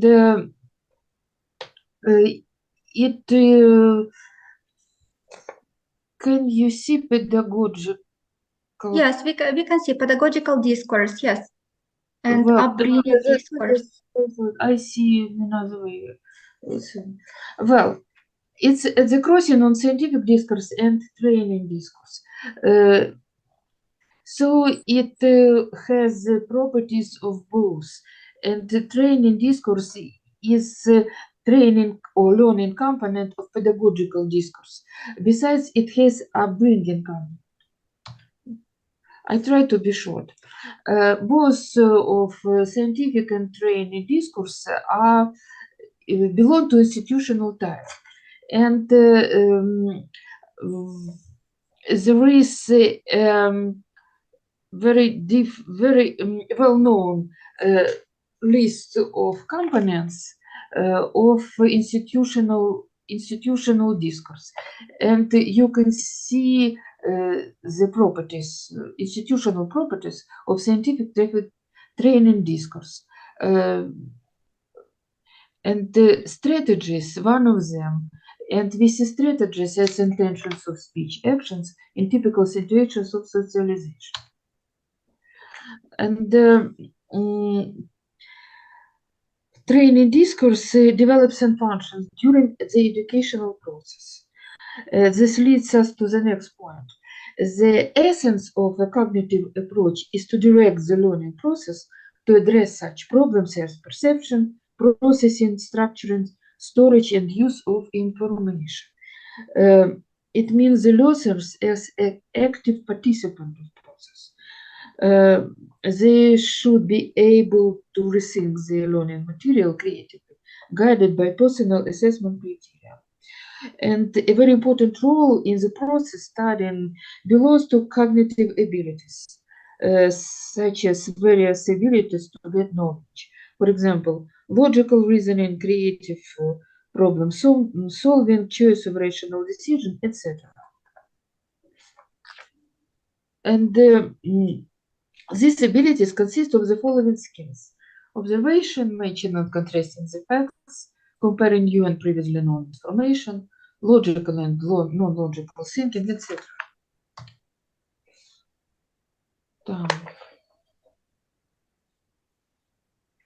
And cognitive strategies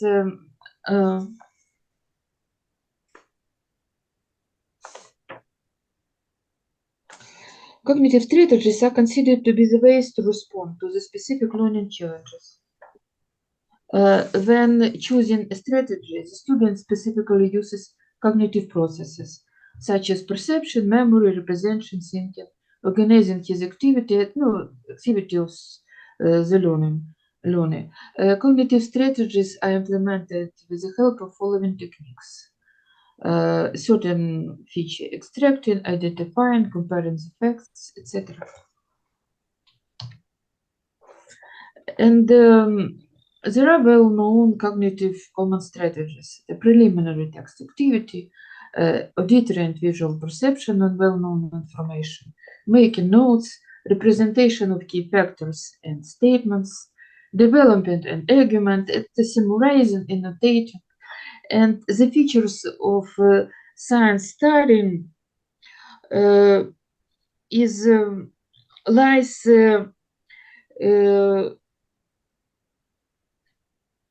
in the specific task, resulting in focus on certain strategies. For example, commenting the experiments, assessment the experiment results, developing an argument, making notes during the lecture, annotating the articles, search for solutions. And in conclusion, I'd like to say that the cognitive approach is opposite of mindless perception of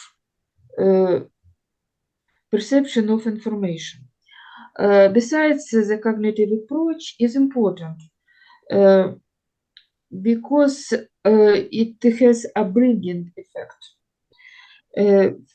It forms independence of mind and promotes personal development. And thank you for attention. Thank you. Thank you. And there is a question from Natalia. Okay, thank you a lot for sharing your experience with us. So, as I've understood, we may speak about a number of approaches to discourse studying. So my question is, what do you mean by discourse? I see discourse as a communicative event representing text connected with context and the system of communicative and pragmatic intentions of the author. Okay, thanks a lot. Okay, and I have one more question. So what's the difference between pedagogical and educational discourse? So could you give us more details? Sometimes they are used as synonyms, but it's wrong because educational discourse deals with communication between educational institution and its users, and it has some the genders of educational discourse, advertisement to entrance, interviews with administration, articles of periodicals, etc. Okay, thanks a lot. Thank you. Thank you, dear Nadia. Could you please stop sharing? And dear participants, thank you again for all your wonderful presentations. And closing the conference, we invite Artur Gudmanyan to share a concluding word encapsulating the valuable insights and collaborative energy we've experienced today. Okay, thank you. Yes, do you hear me? Yes. Yes, the presentation still about Nadia Dronkin is still in. Okay, nevertheless. So, dear participants, it's a great pleasure for me to say a few words. at the end of the conference. So I would like to thank all the participants for their gracious presence and their very valuable contributions. I thank my colleagues for their unfailing efforts and their hard work. I do hope you will keep good memories of this conference and its teams participants. I wish you good luck in your endeavors. I wish you a blessed day. I wish you all the best for a prosperous future ahead. My special thanks are to Vilma from his professor from Technical University of Cotopaxi, Ecuador. Yes, Maria Fernanda, Karina, Beatriz from Argentina, and De Velasco University of Portsmouth, England, and Abderrazak, young man, PhD candidate, University Hassan II, Casablanca from Morocco. Thank you, dear ladies and gentlemen. You've come to us from outside the world. We do appreciate your participation. Thank you very much again. And of course, I do give million thanks to colleague from our department for taking part in this conference as well. Thank you very much. Thank you everybody. Of course, you can find the conference proceedings online, and we hope to see you next year. Thank you so much. Thank you. Thank you.